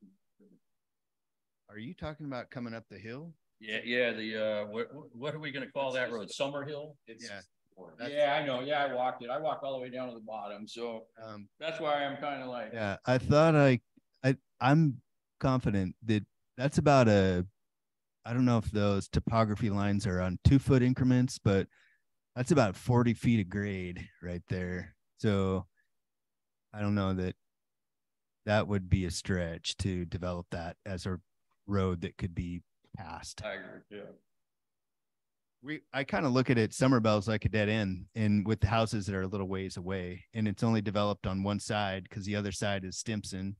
So it's kind of private, secluded, and I don't know that there would be any pushback from neighbors to put a driveway down, extend then to Summerbell. So guys, this is a good example here. We have Mark over here is looking for a variance as well, but on a major street, right, on Sudden Valley Drive, he wants a 12-foot variance. I think these guys want a 13-foot variance, and it's supposed to be 20 feet, right? So the difference is this guy is you know, secluded, like I kind of agree with you. You know, it's in an area, it's undeveloped. It's microphone, please. Oh, well, I'm only talking to us, I guess. I'm not, huh? Yeah, it's in an area that's undeveloped, and so we could, if we all wanted to, make a, you know, consideration for that. But it's a good example of how we look at two same scenarios, and yet we might come to two different agreements on it, you know. I think that's a good point, Keith. I guess I'm just caught up with what the definition of what this area is that we've got the variance on. Definitely, I think the other one you're referring to is a road. I mean, it's clearly a road, a busy road. This I remember it being wooded and it's not developed, but I don't know. Would it ever be? Can we say that for sure at this point? No. As long as what comes to drinking water. And I appreciate that you're trying to reduce the impervious surfaces. Or so you say. It's all a trick. Sounds good. Sounds good. But you know, I get caught up in what the definition of that space is and how we need to, if we need to adhere to it because, you know, future development. Well, what other lots are over there that are undeveloped? Yeah, what is the, there was something added to the drawing. Not going to be handy. For the corner, summer.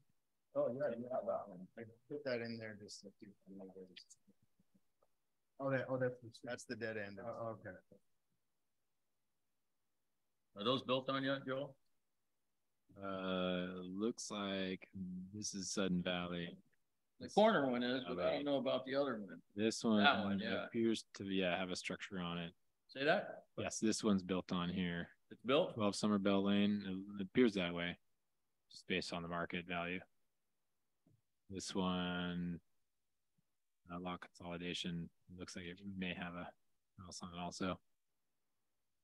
We can view the imagery here, but just based on the market value, what pops up there? Yeah, these are built on. Ooh. So the only final comment there that I have there, Keith, is if you accept the variance for and the additional structure, in this case, we're not really sure what the future is. It's a garage now, but it could be inhabited, right?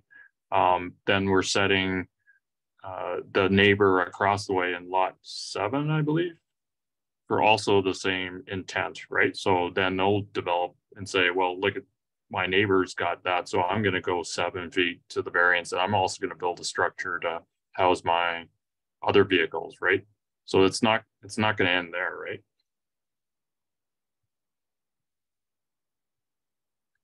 Good point, Wayne.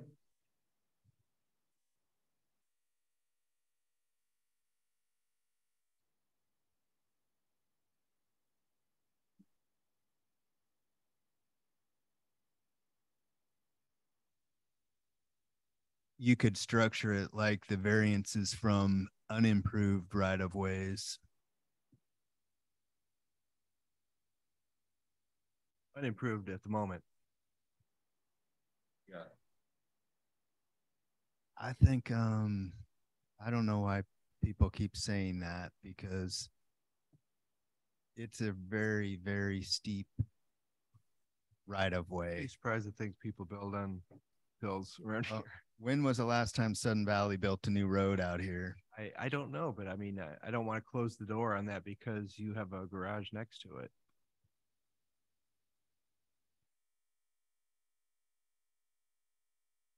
What do those say that they're tracks? 2-foot tracks? Those are meant to be an impervious, or I mean a pervious type driveway. Oh, just, yeah. I got you, for wheel tracks? Yeah, wheel tracks. Got you. Of course, you guys are chomping at the bit, want to know right away, right? Well, this project's been kind of on hold because we're not going to, you know, I felt horrible for that guy that was before us with his detached garage.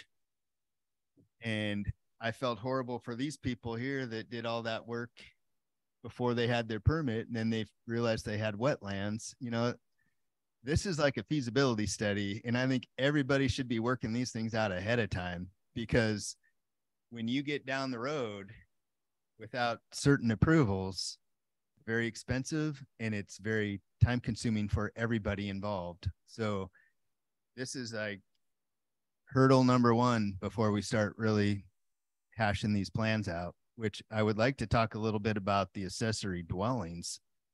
I did not, the way I read the development standards, I thought they were in the books. In the county, possibly. No, I'm talking Sudden Valley. No, Sudden Valley no. So did that guy before us with the garage, did he get approval for the garage first? He's trying to get, that's what he's doing right now. He's still going through that process.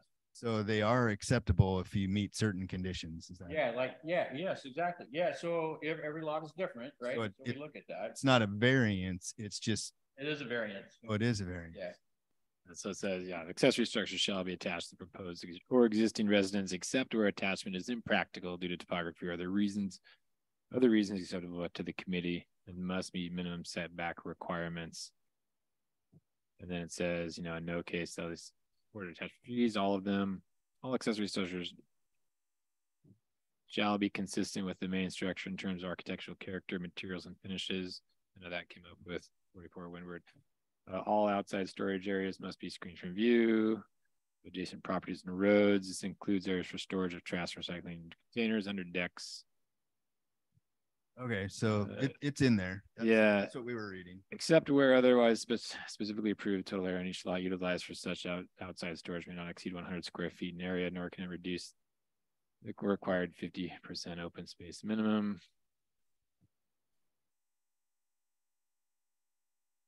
If they are not completed within 6 months of approval, applicant shall resubmit to the committee. I assume that, or if they're doing something not involved in the construction. What's that? Oh, so it sounds like accessory structures can be approved depending on topography. Yeah, it depends on topography. Yeah, of course. That's what I was saying. It can be approved with a variance depending on your topography. So we look at each lot individually and separately. So someone may ask for this with a perfectly flat lot, wants a separate unit. We're going to say no. In your case, it is good. So when we submit for the building permit, we would be applying for a variance at the same time? You would, yes. If we have some issues here. So I'm not sure that the committee's in agreement to allow a 7-foot variance or a 13-foot variance, right? So we may deny that. In that case, your garage is going to move. I assume you're going to move it back a little bit or something because you still want that there. And so you're still going to try to come back with an accessory dwelling. It's almost like that's a problem we have. We're not allowed to have dwelling units here, right? So you make something nice like that with an upstairs and all of a sudden it becomes a mom and pop or somebody else is living there and next thing you know, you're renting it out. Understood. Yeah, so that's our big problem here. Yeah, the other one we had, they don't have a garage. And so the building they're putting up was a garage where you already have a garage with a house. Understood. Yeah, so that one's good. Thank you for mentioning that. I failed to mention that part. Yeah, he doesn't have a garage. He's trying to get a garage. You have two. Yeah. So how do you guys feel about the setback issue? Because otherwise we're just sit here and keep talking about it, but how do you guys feel about that? Wayne, your thought? Yeah, I mean, if we go with the premise that that garage is not there, and the intent is to, get some more. I understand, you want another car, right? And then the thing to think about here is even if you move that garage and you met the rules of the 20-foot variance, now you have the challenge of trying to put fill in there for, I'm calculating the amount of fill in there. You're going to end up with like the other property that we were looking at tonight, where you got 8 feet, 10 feet, potentially 10 feet of fill to maintain, right? That actually brings up a really good point, Wayne, for support of the variance is if you see those topography lines, that's the flattest portion of the property. So it's the widest spread, right? Because if I look at your current garage, right, it's set with the minimum amount of fill. You got about 4 feet in contour difference there versus your new garage you're going to have to contend with 10 feet of contour change, right? So it's a significant structure. Plus you probably you got to consider erosion, right? I'm looking at the shape of the contours, and there's probably a reason why nobody's building where that right of way is because it's a consistent erosion problem. Well, if I'd hate to maintain it and have your garage approved and all of a sudden it slides down the hill, right? That's what I would not want, right? You know, if you push the garage back, it results in a steeper grade, which would cause more problems, which overcome. But this property, Wayne, actually had been through a site plan review with the county. And I mean, I'm just kind of referencing because that previous couple found out the hard way. That needs to be done up front, and there are no geological hazards on this property. And so that was not a reason why this property hadn't been built on yet.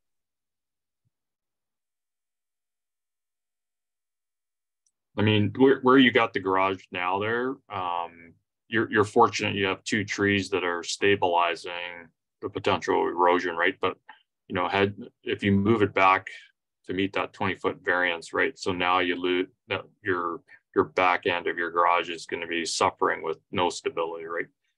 Yeah. So that's that. Yeah. If you left the garage the way it is, your best chance is ask for the variance, right? For stability reasons, right?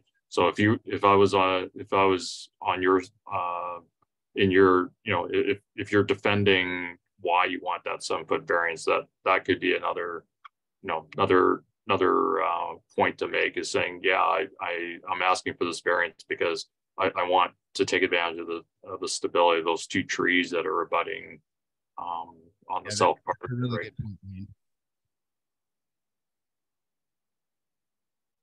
Anyways, are we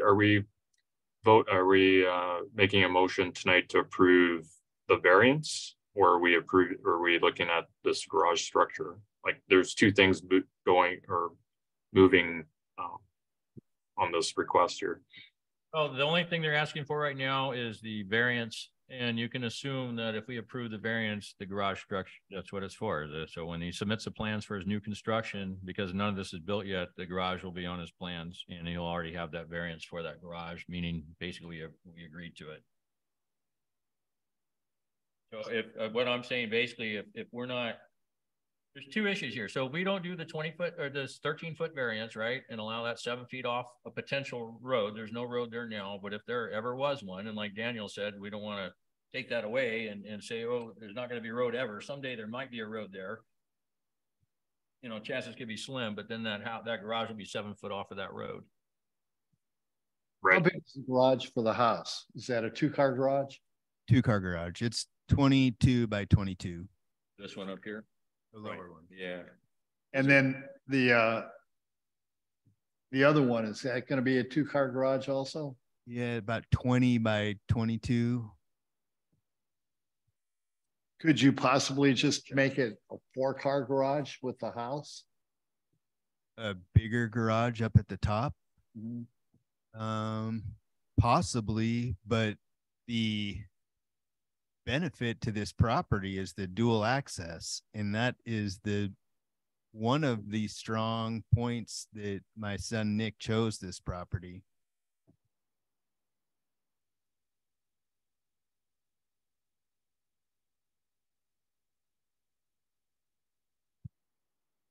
Yeah, I think you can make a 3-car garage with where the house is that's attached, and then not pay for the cost of the fill or the structural challenge that you're going to have on the second garage.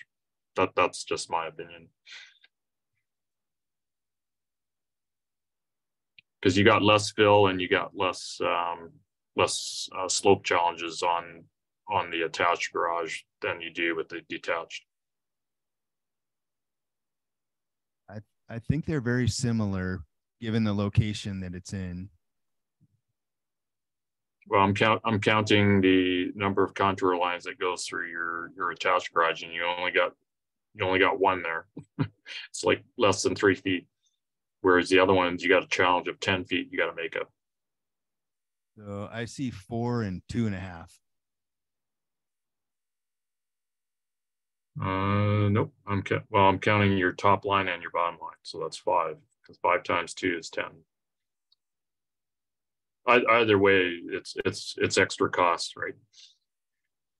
But you can achieve a 3-car garage even with the setbacks of your attached home, and you can even come right up to the 7 or the 5-foot setback. So we're not really asking for anything outside of the development standards. We and I was a builder for 20 years, and I know what the development costs are and the challenges involved here. And that lower garage does not cause the type of trouble that you're talking about, Wayne. And, you know, the way I interpreted those development standards in the Sun Valley guidelines was exactly what Joel read, which sounds to me like this is a circumstance that it would fit. The only thing that we are semi-debating right now is whether or not we can go 7 feet or 20 feet from a unimproved right-of-way, which to argue that that right-of-way could potentially be developed, I think is not fair to me or my son.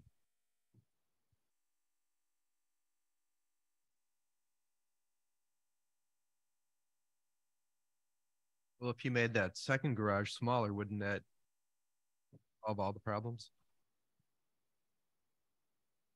Be within the 13-foot limit. Well, I guess we have to ask ourselves, I guess, 2 things here.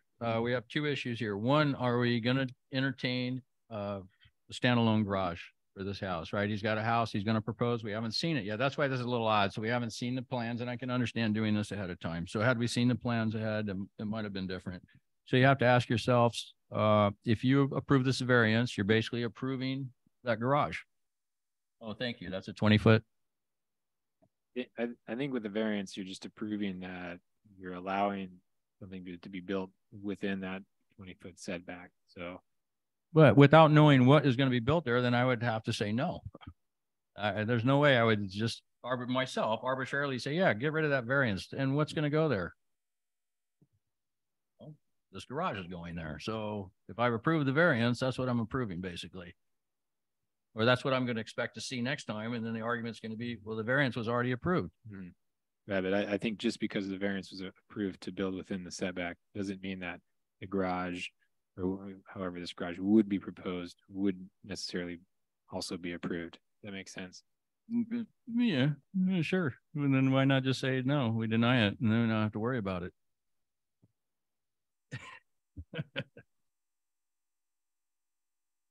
Well, that's the question we have to ask ourselves. So that red line is a 20-foot setback? I mean, roughly. I don't have a measurement tool on here. Approximately, does that look about right? Well, yeah, the other one's 7, so that's that's pretty close, especially if that road's 30. So as a committee, this is what we have to ask ourselves. Are we okay with the 7-foot setback? So it is unique in his situation that it's undeveloped, right? And it was maybe what it requires is another walk over there, that we go walk it really well and look at it. And what's behind that? The garage, what's the land like after that? Above? Right. That's all a nature preserve. Oh, so it's kind of a secluded area. Mm-hmm. So, I mean, it's secluded. The problem I would have is if this becomes a dwelling unit, you don't want to have another dwelling unit. If it's just a garage and you want to have office space or something in there, that's fine. But I wouldn't want it to evolve into a dwelling unit and have 2 on the same lot. Well, Keith, I think that was a good suggestion. When we went down there, we didn't quite understand what the request was. So maybe we could go back and look at it again. I'm not opposed to that. I'd actually prefer to do that, but that would just me. So better than just denying, right? We go out and we take a look at it, and we walk it a little tighter. You didn't have any string line up or anything delineating the structure there at the time. Is that something possible you could do? You could delineate the outside of that Well, that unit, I want to call it dwelling unit. I could mark the garage. Yeah, do something like that, and then we could see it. Like I said, I'd like to take each lot in consideration, and you did have a unique space, so you know, I would like to look at it a little more closely. Well, that's a good point, because I don't want to set a precedent that we just approve this just because you're asking for it. But if we look at it and it looks like it's it's possible that could be, you know, a feasible thing for you to do. But again, I would like to look at it again, knowing what you're actually asking for.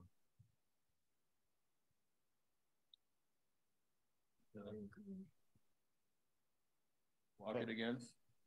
Wayne, how do you feel? Well, without a project description, yeah, I don't feel comfortable, because if we set this precedence, then you're saying the neighbor across the way will start developing, but their garage exactly right across the way. Like, what's to stop that? Like, we're just, what is going to stop that, Wayne, is the fact that there are very, very few lots in Sudden Valley that could accommodate this. This property is extremely unique in the fact that it has this access like this. The most common lots in Sudden Valley are approximately 40 to 50 feet wide. By the time you put a house on it, there is no opportunities. This is the one opportunity, and it's not like this is going to set a precedence for anything, because one house fits on one lot in Sudden Valley. This lot is very unique, and we purchased it because of that unique characteristic. So I don't mean to be like to debate your points or what the council here is, or committee is presenting, but I do feel like what is presented here is fair and meets the standards and guidelines of the written development standards of Sudden Valleys. I don't feel like we're really asking for too much. And you probably, like, we're not disagreeing with your desire, right? Like, every homeowner wishes the same thing you're desiring, right? There's no debate there. The debate is the fact that you're presenting a home that already has a garage, and then you're adding another garage, right? That's what's on the table, right? Like, this is an odd, to me, it's the first application I've seen, right? Most people ask for another garage because they don't have a garage, right? They buy a house and they don't have a garage, so they're adding a garage, right? And the only way, because of the lot challenges, it has to be detached, right? But what you have here is you could expand your current garage, but you're not doing that. You're choosing to build it on another part of the parcel or the property, which I buy your comment. That's fair, right?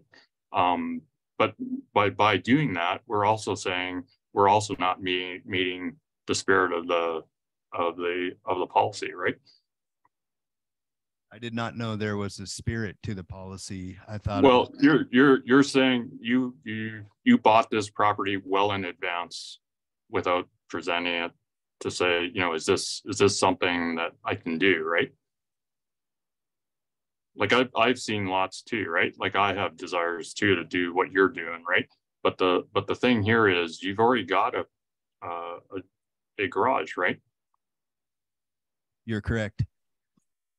Right, that's a fact, right? You're building a home, you know, albeit it's not on the plans yet, but you're asking us to also approve a separate structure, right? Well, I did not know that required a special approval, but that would be, if that is customary or basically historically how the committee has dealt with this, that would be a yes. Yeah, so had you presented this lot that's unique, right, and you connected your house to it, then yeah, it'd be like a garage with two entryways, right? Totally, no, that's possible, right? But the fact that it's a separate structure, and the fact that you're coming here with a home already in mind, that it's already got an attached garage, that is different. It is unique. Well, oddly, you should say that, Joel, because if that house gets pushed back, it will, if that garage does get pushed back, it'll be attached to the house. What it looks like. And if you follow the setback.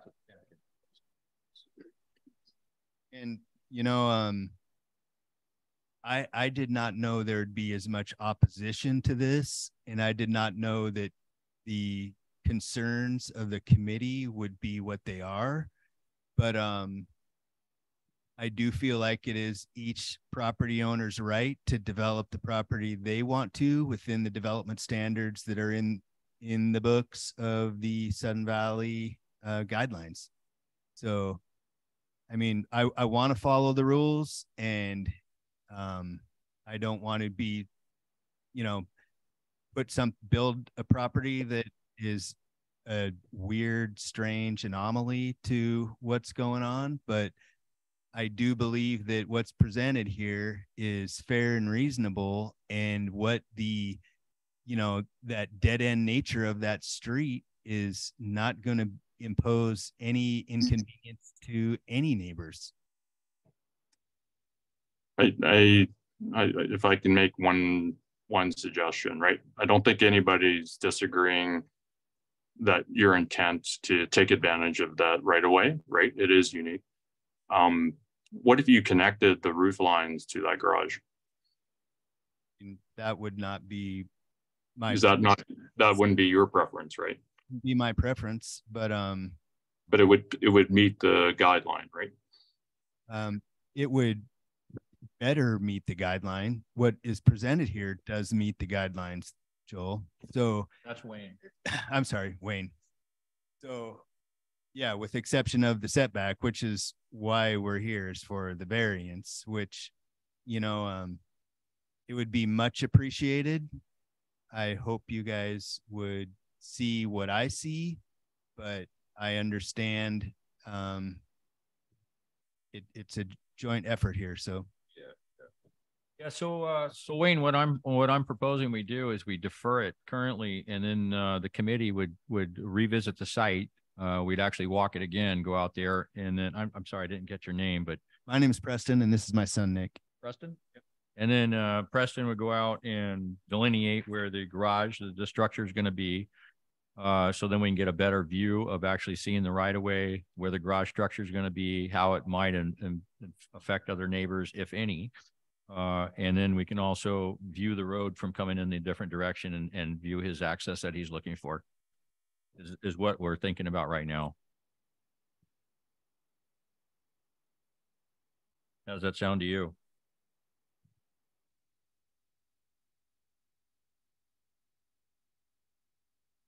Wayne, how's that sound to you? Oh, I think that's a good idea. I have no problem with that. And I just, yeah, I'm looking at the amount of space that we're looking at here. You've got lots of room with the house footprint, and even if you move that garage setback to meet the 20 feet, you're still achieving what you want, which is a separate garage, right? So, yeah, I'd be in, I think it's worth deferring to take a bit more time to make sure we're not setting anything in terms of another precedence here. Okay. How do you guys feel about that? Name another site visit. Either that, or it looks like it's going to be denied as it is currently. So I think a site visit, that's all right. We prefer to do that. Well, that's better than denial. Yeah. So if you're up for that, then that's it. Can someone make that motion? We're going to make the motion to defer. Motion to defer. Yeah. All right. Then we're going to. We want to have it staked out or yeah, something. Delineated. Yeah. Delineated. I can stake it out tomorrow. Okay. And then, yeah, so if you're going to do it that quick, yeah. So, so the motion on the table is defer. We're going to revisit the lot when marked out with the garage location. And then also, Preston, if you could, and I don't know that you can, that right away of that road, if there's a way to string that line, we could kind of see where that's at and how close you're, you know. I can string the that northwest property line there, which is the right of way but it would be just a rough measurement. I can measure yeah. 30 feet across and drive a stake there too. So Yeah, that'd be great. No, I appreciate that. And then all in favor of that? Oh, wait, we need a second on that motion. So that was Patrick. Oh, and I'm sorry. Yes, Daniel seconded. All in favor? Aye. Aye. All right, so that's unanimous. All right, thank you guys very much for your time. I appreciate it. And go ahead. You know, I guess when we go out there, it'd be great if we could do it, if you could be present and, you know, to kind of give us a little guidance with it. I work actually Monday to Thursday, and I work hour days. So 4 to 5 8-hour days. So You want to do next Friday? I can do next. Does that work for you guys? And if tomorrow's go there tomorrow. I cannot, but if you guys can. Yeah, I can't do it tomorrow. So it's Friday is wonderful. I really appreciate you guys taking the extra time too. Or Mark. It's terrible. So when are we looking to go out there? So it'd be next Friday, whatever that. The 23rd? 23rd. So Then Friday, if the you email 23rd. me a time, that's fine. Yeah, what time you want to do? I'm free all day. The old day. Just, yeah, anytime. Do like 10 o'clock, 8, 9 o'clock? What works? 10 o'clock. 10 o'clock? All right, so 10 a.m. the 23rd. And then we can all go together if you want again or whatever. And then great, man. I appreciate you guys. Yeah, well, I appreciate you guys. It's a hard job. And you guys, I mean, holy cow, putting in the time tonight. Yeah, thanks, man. I appreciate you coming in. Thanks, guys. Hey, Mark. Oh, we're out of time. Okay, guys, let's wrap it up. Yeah. Okay, that was item number 16. Now we're gonna go to we missed a couple. Which one? Mark, what one are you here for? 312 Sun Valley Drive. Right here, I couldn't find it. 312 Sun Valley Drive. So this is a variance request. It was really denied on 5/18, so May 18th. We denied it. This is for Sun Valley Drive, new construction, a wetland scenario. The This item 11. yes, it is item number 11, yes. So yeah, this one's a tough one. So you bought a lot that was unbuildable. I didn't know that when I bought it, so Yeah, that's kind of what it kind of went that way. All right, so I kind of read over your report here, and Wayne did too, and we had some couple issues. Well, you know the issues. It's really an unbuildable lot. You're trying. So that's what we're trying to find out. Why? How did you end up with this lot and you're trying to put a house on it that really is a wetlands? It is. yeah. I bought the lot. I thought it was buildable.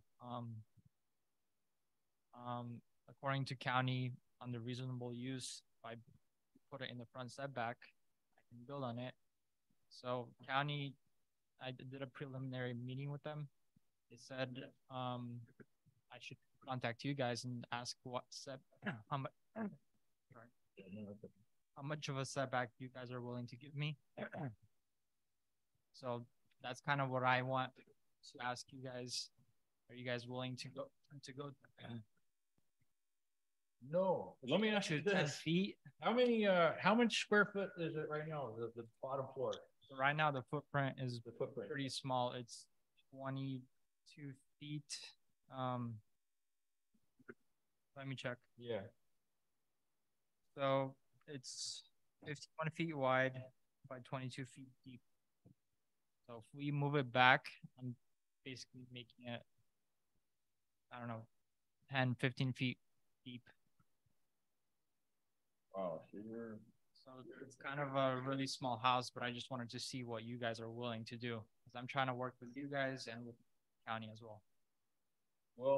Well, this shows that Scylla Construction owns the property. Yeah, that's an LLC. Okay. And but you're listed here as the owner? Yeah, so I own the LLC and the properties on. Oh, because it showed you as inactive on the LLC. I mean, I should be active. I bought it recently, so. So you have a construction company you didn't know it was a wetland?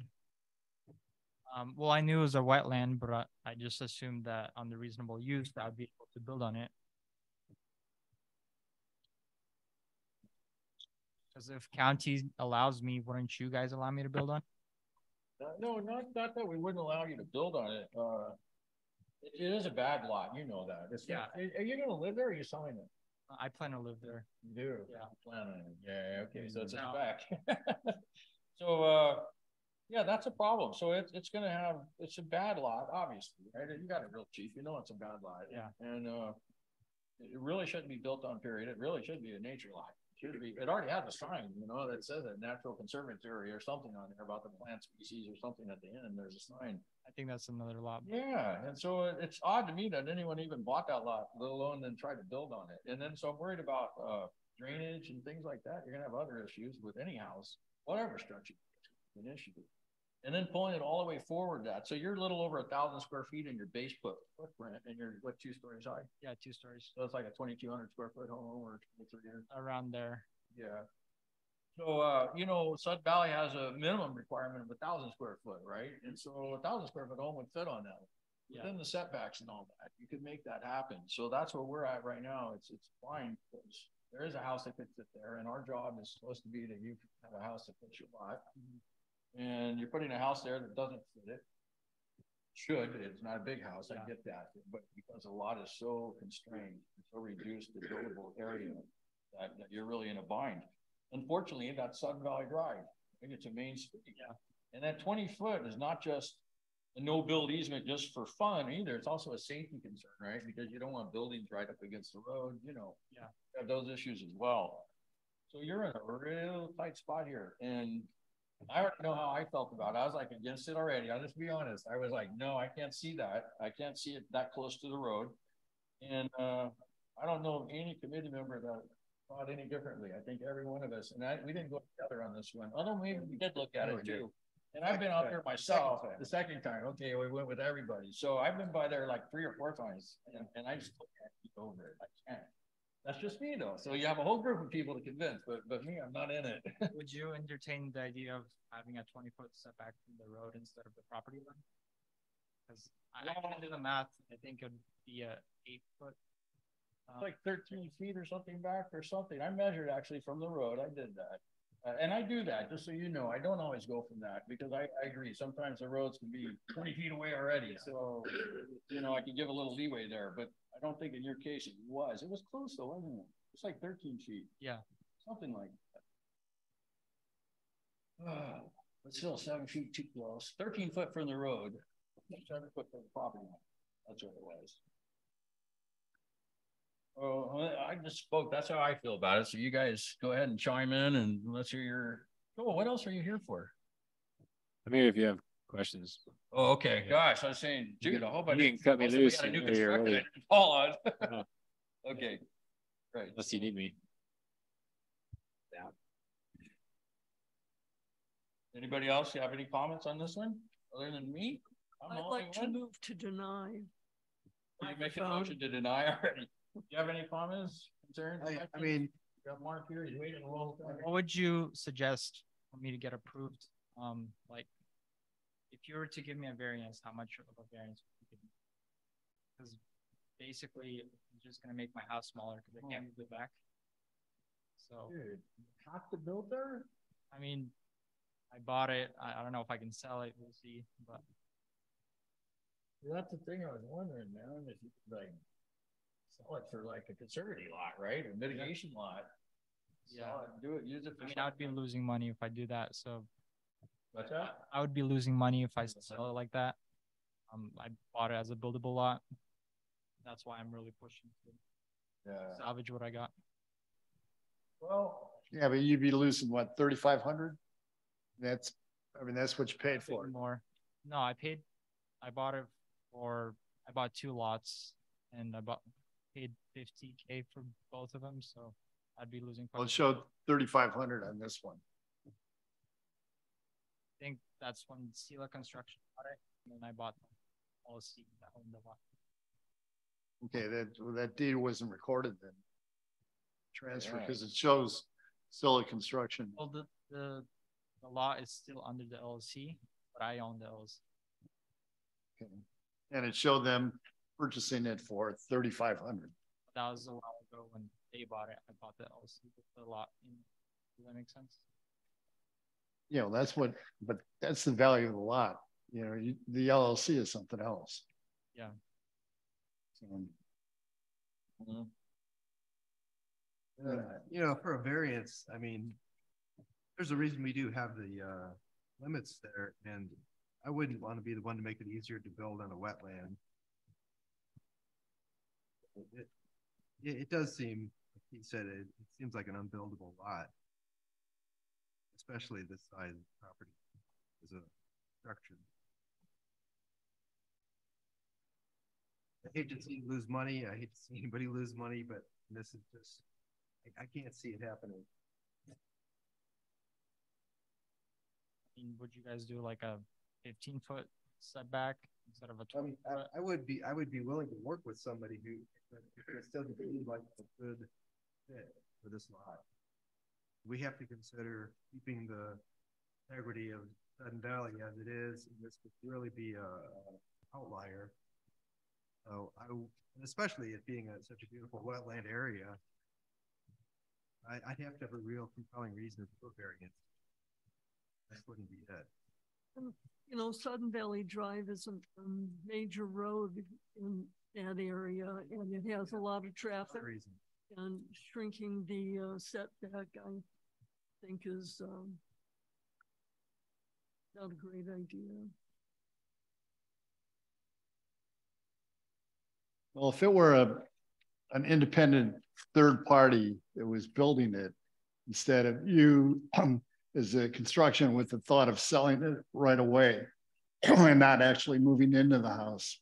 I plan on moving in. Yeah, but you indicated earlier that, yeah, well, I'll move in, but it'll be gone in a while. You know, it's not exactly. I mean, you guys made a joke. I didn't agree on it. But. Yeah.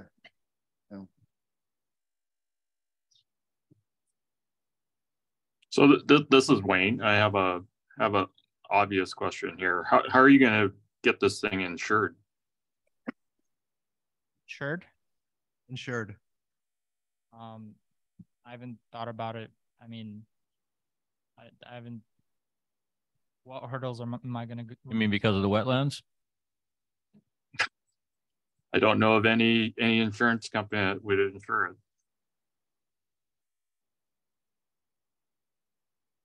Because that's the first thing they'll check, right? They'll go, what's the state of the property, right? How much? I mean, it's pretty clear in the report I read. The water table is pretty high.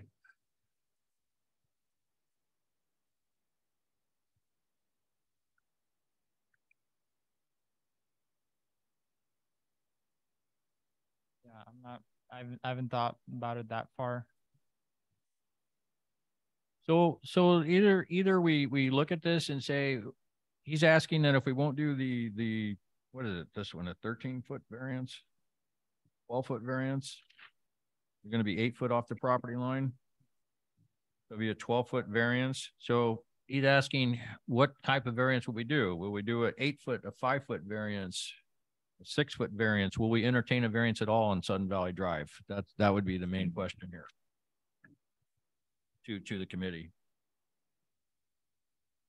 I would agree with Jojean that if this was on a secluded right away like the previous submission, but since this is on a major road that everybody uses and there's going to be snow clearing and all that, yeah, I'd be hard pressed to give a variance on this particular property. Okay, all right, Gene, I think you already said no, right? I'm just trying to get an idea where we're at. My house will be like at least 20 feet away from the road. I mean, there's no danger in slope allowing machines hitting anything. See any danger in that. Then with insurance, there is insurance for flood zones, so I don't see any issues with that, with the water table being high.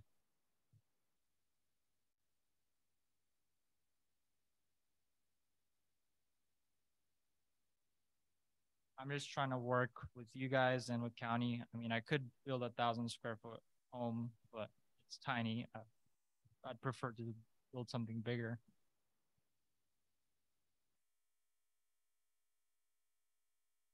Yeah, I don't. Where are you headed with this? What do you think? Well, this was already denied one time. Correct. Yeah, so I asked him to bring it back. Mark asked as well, and he sent an email and he talked to a couple people, Diane and whatnot. And so I asked it to come back because last time we had him with another builder, and we kind of lumped them both together. No, they're separate, like two separate requests, but they were both for the same thing, building in wetlands, both requesting a variance. Chad was happy that we denied his request, was beneficial to him. Mark was not happy because he bought that lot that's really unbuildable and he's trying to build on it. So there's a big difference. So the question before us, would we can entertain a variance on Sudden Valley, a front setback too? You know, it's not like it's a rear or side, it's a front setback. Would we entertain that variance on that? It's looking like majority is a no, period, on any variance. Is that correct? Any variance? No variance on that. Okay. So I need to get a motion then on the table. I think Joe Jean already made a motion. Oh, you did early on, didn't you? Early on. Okay. So it's being denied, Mark. Okay. Thanks for hearing me out. I appreciate your time, man. Thank you. Second. You second that?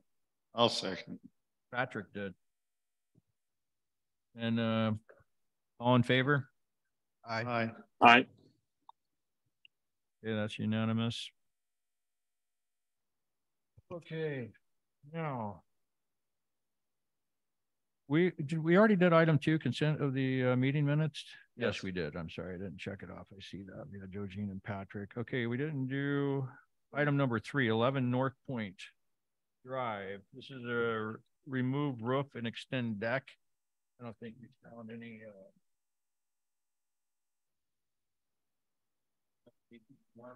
No, thank you, Joel. I appreciate your time, man. they're getting more interesting.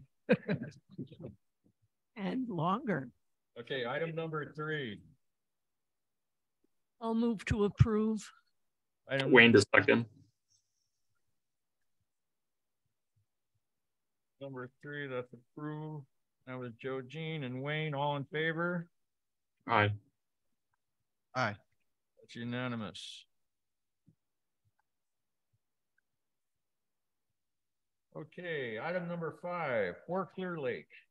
Exterior alternation. This was, they were going to add the bed and the bath, and we all decided there with the homeowner that this would be deferred until they were going to bring more information. They had to go to the county and get some information and whatnot themselves. They were unclear of some things and they were going to figure that out. So the motion would be deferred by me. And can I get a second? Second. Clear Lakes. That's defer. And that is Daniel. All in favor? Aye. Aye. That's unanimous.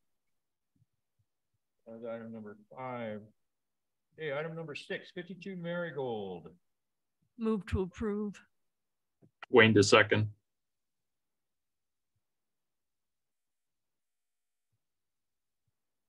Why didn't write approved on there? Did I have any questions on that? No, that's, yeah. Oh, yeah, that's right. At that, yeah, okay. But they need, so the culverts in Sudden Valley property. So we need. Yeah, but they were gonna build the wall in front of the ditch, but he was gonna repair the culvert, he said, at the same time. I think it said on his application. Yeah, replace blocked. Yeah, he was, remember it was blocked on both sides. He was gonna fix that. I don't know, fix it or replace it. What did it say? Repair? Replace blocked. Yeah, replace it. So that would be, so yeah, the move to approve is fine. We just need SVCA also to get on board with that. Let me make a note. So that was Joe Jean move to approve. Yeah, here on his picture, it says replace blocked culvert and refresh gravel. And Diane, Why wasn't that culvert checked when all the other culverts in the valley was checked? Yeah, Diane. I don't know. Maybe you could look into that, please. I'll teach you to come here. I will ask Joanne.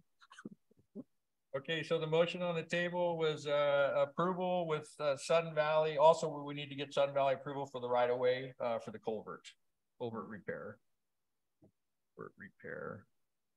Can I get a second on that motion? Wayne did. Oh, Wayne. Yeah, Wayne second. Thank you, Wayne. All in favor? Aye. That's unanimous. Okay, item number 7, I believe our last and final item is, easy one, 234 Grandview. This was tabled. This was the paint. We wanted to go out and look at it. You and I in particular, the black on black, or kind of like a dark black and a lighter black or something, but it ended up looking nice. And I thought it was a good location for it. So I have 3 emails that say it's approved. Oh, you emailed them, it's approved? You guys sent me 3. Oh, we did already. Okay. So, all right. So it's been approved. Yeah, you remember who approved it? Yes. You and then I second. Okay, so it's Keith, Daniel. All in favor? Aye. Aye. And that's unanimous. That's been approved. I move we adjourn. Okay, I'll second that. The meeting is adjourned at 8:35. Holy smokes. I was hoping for a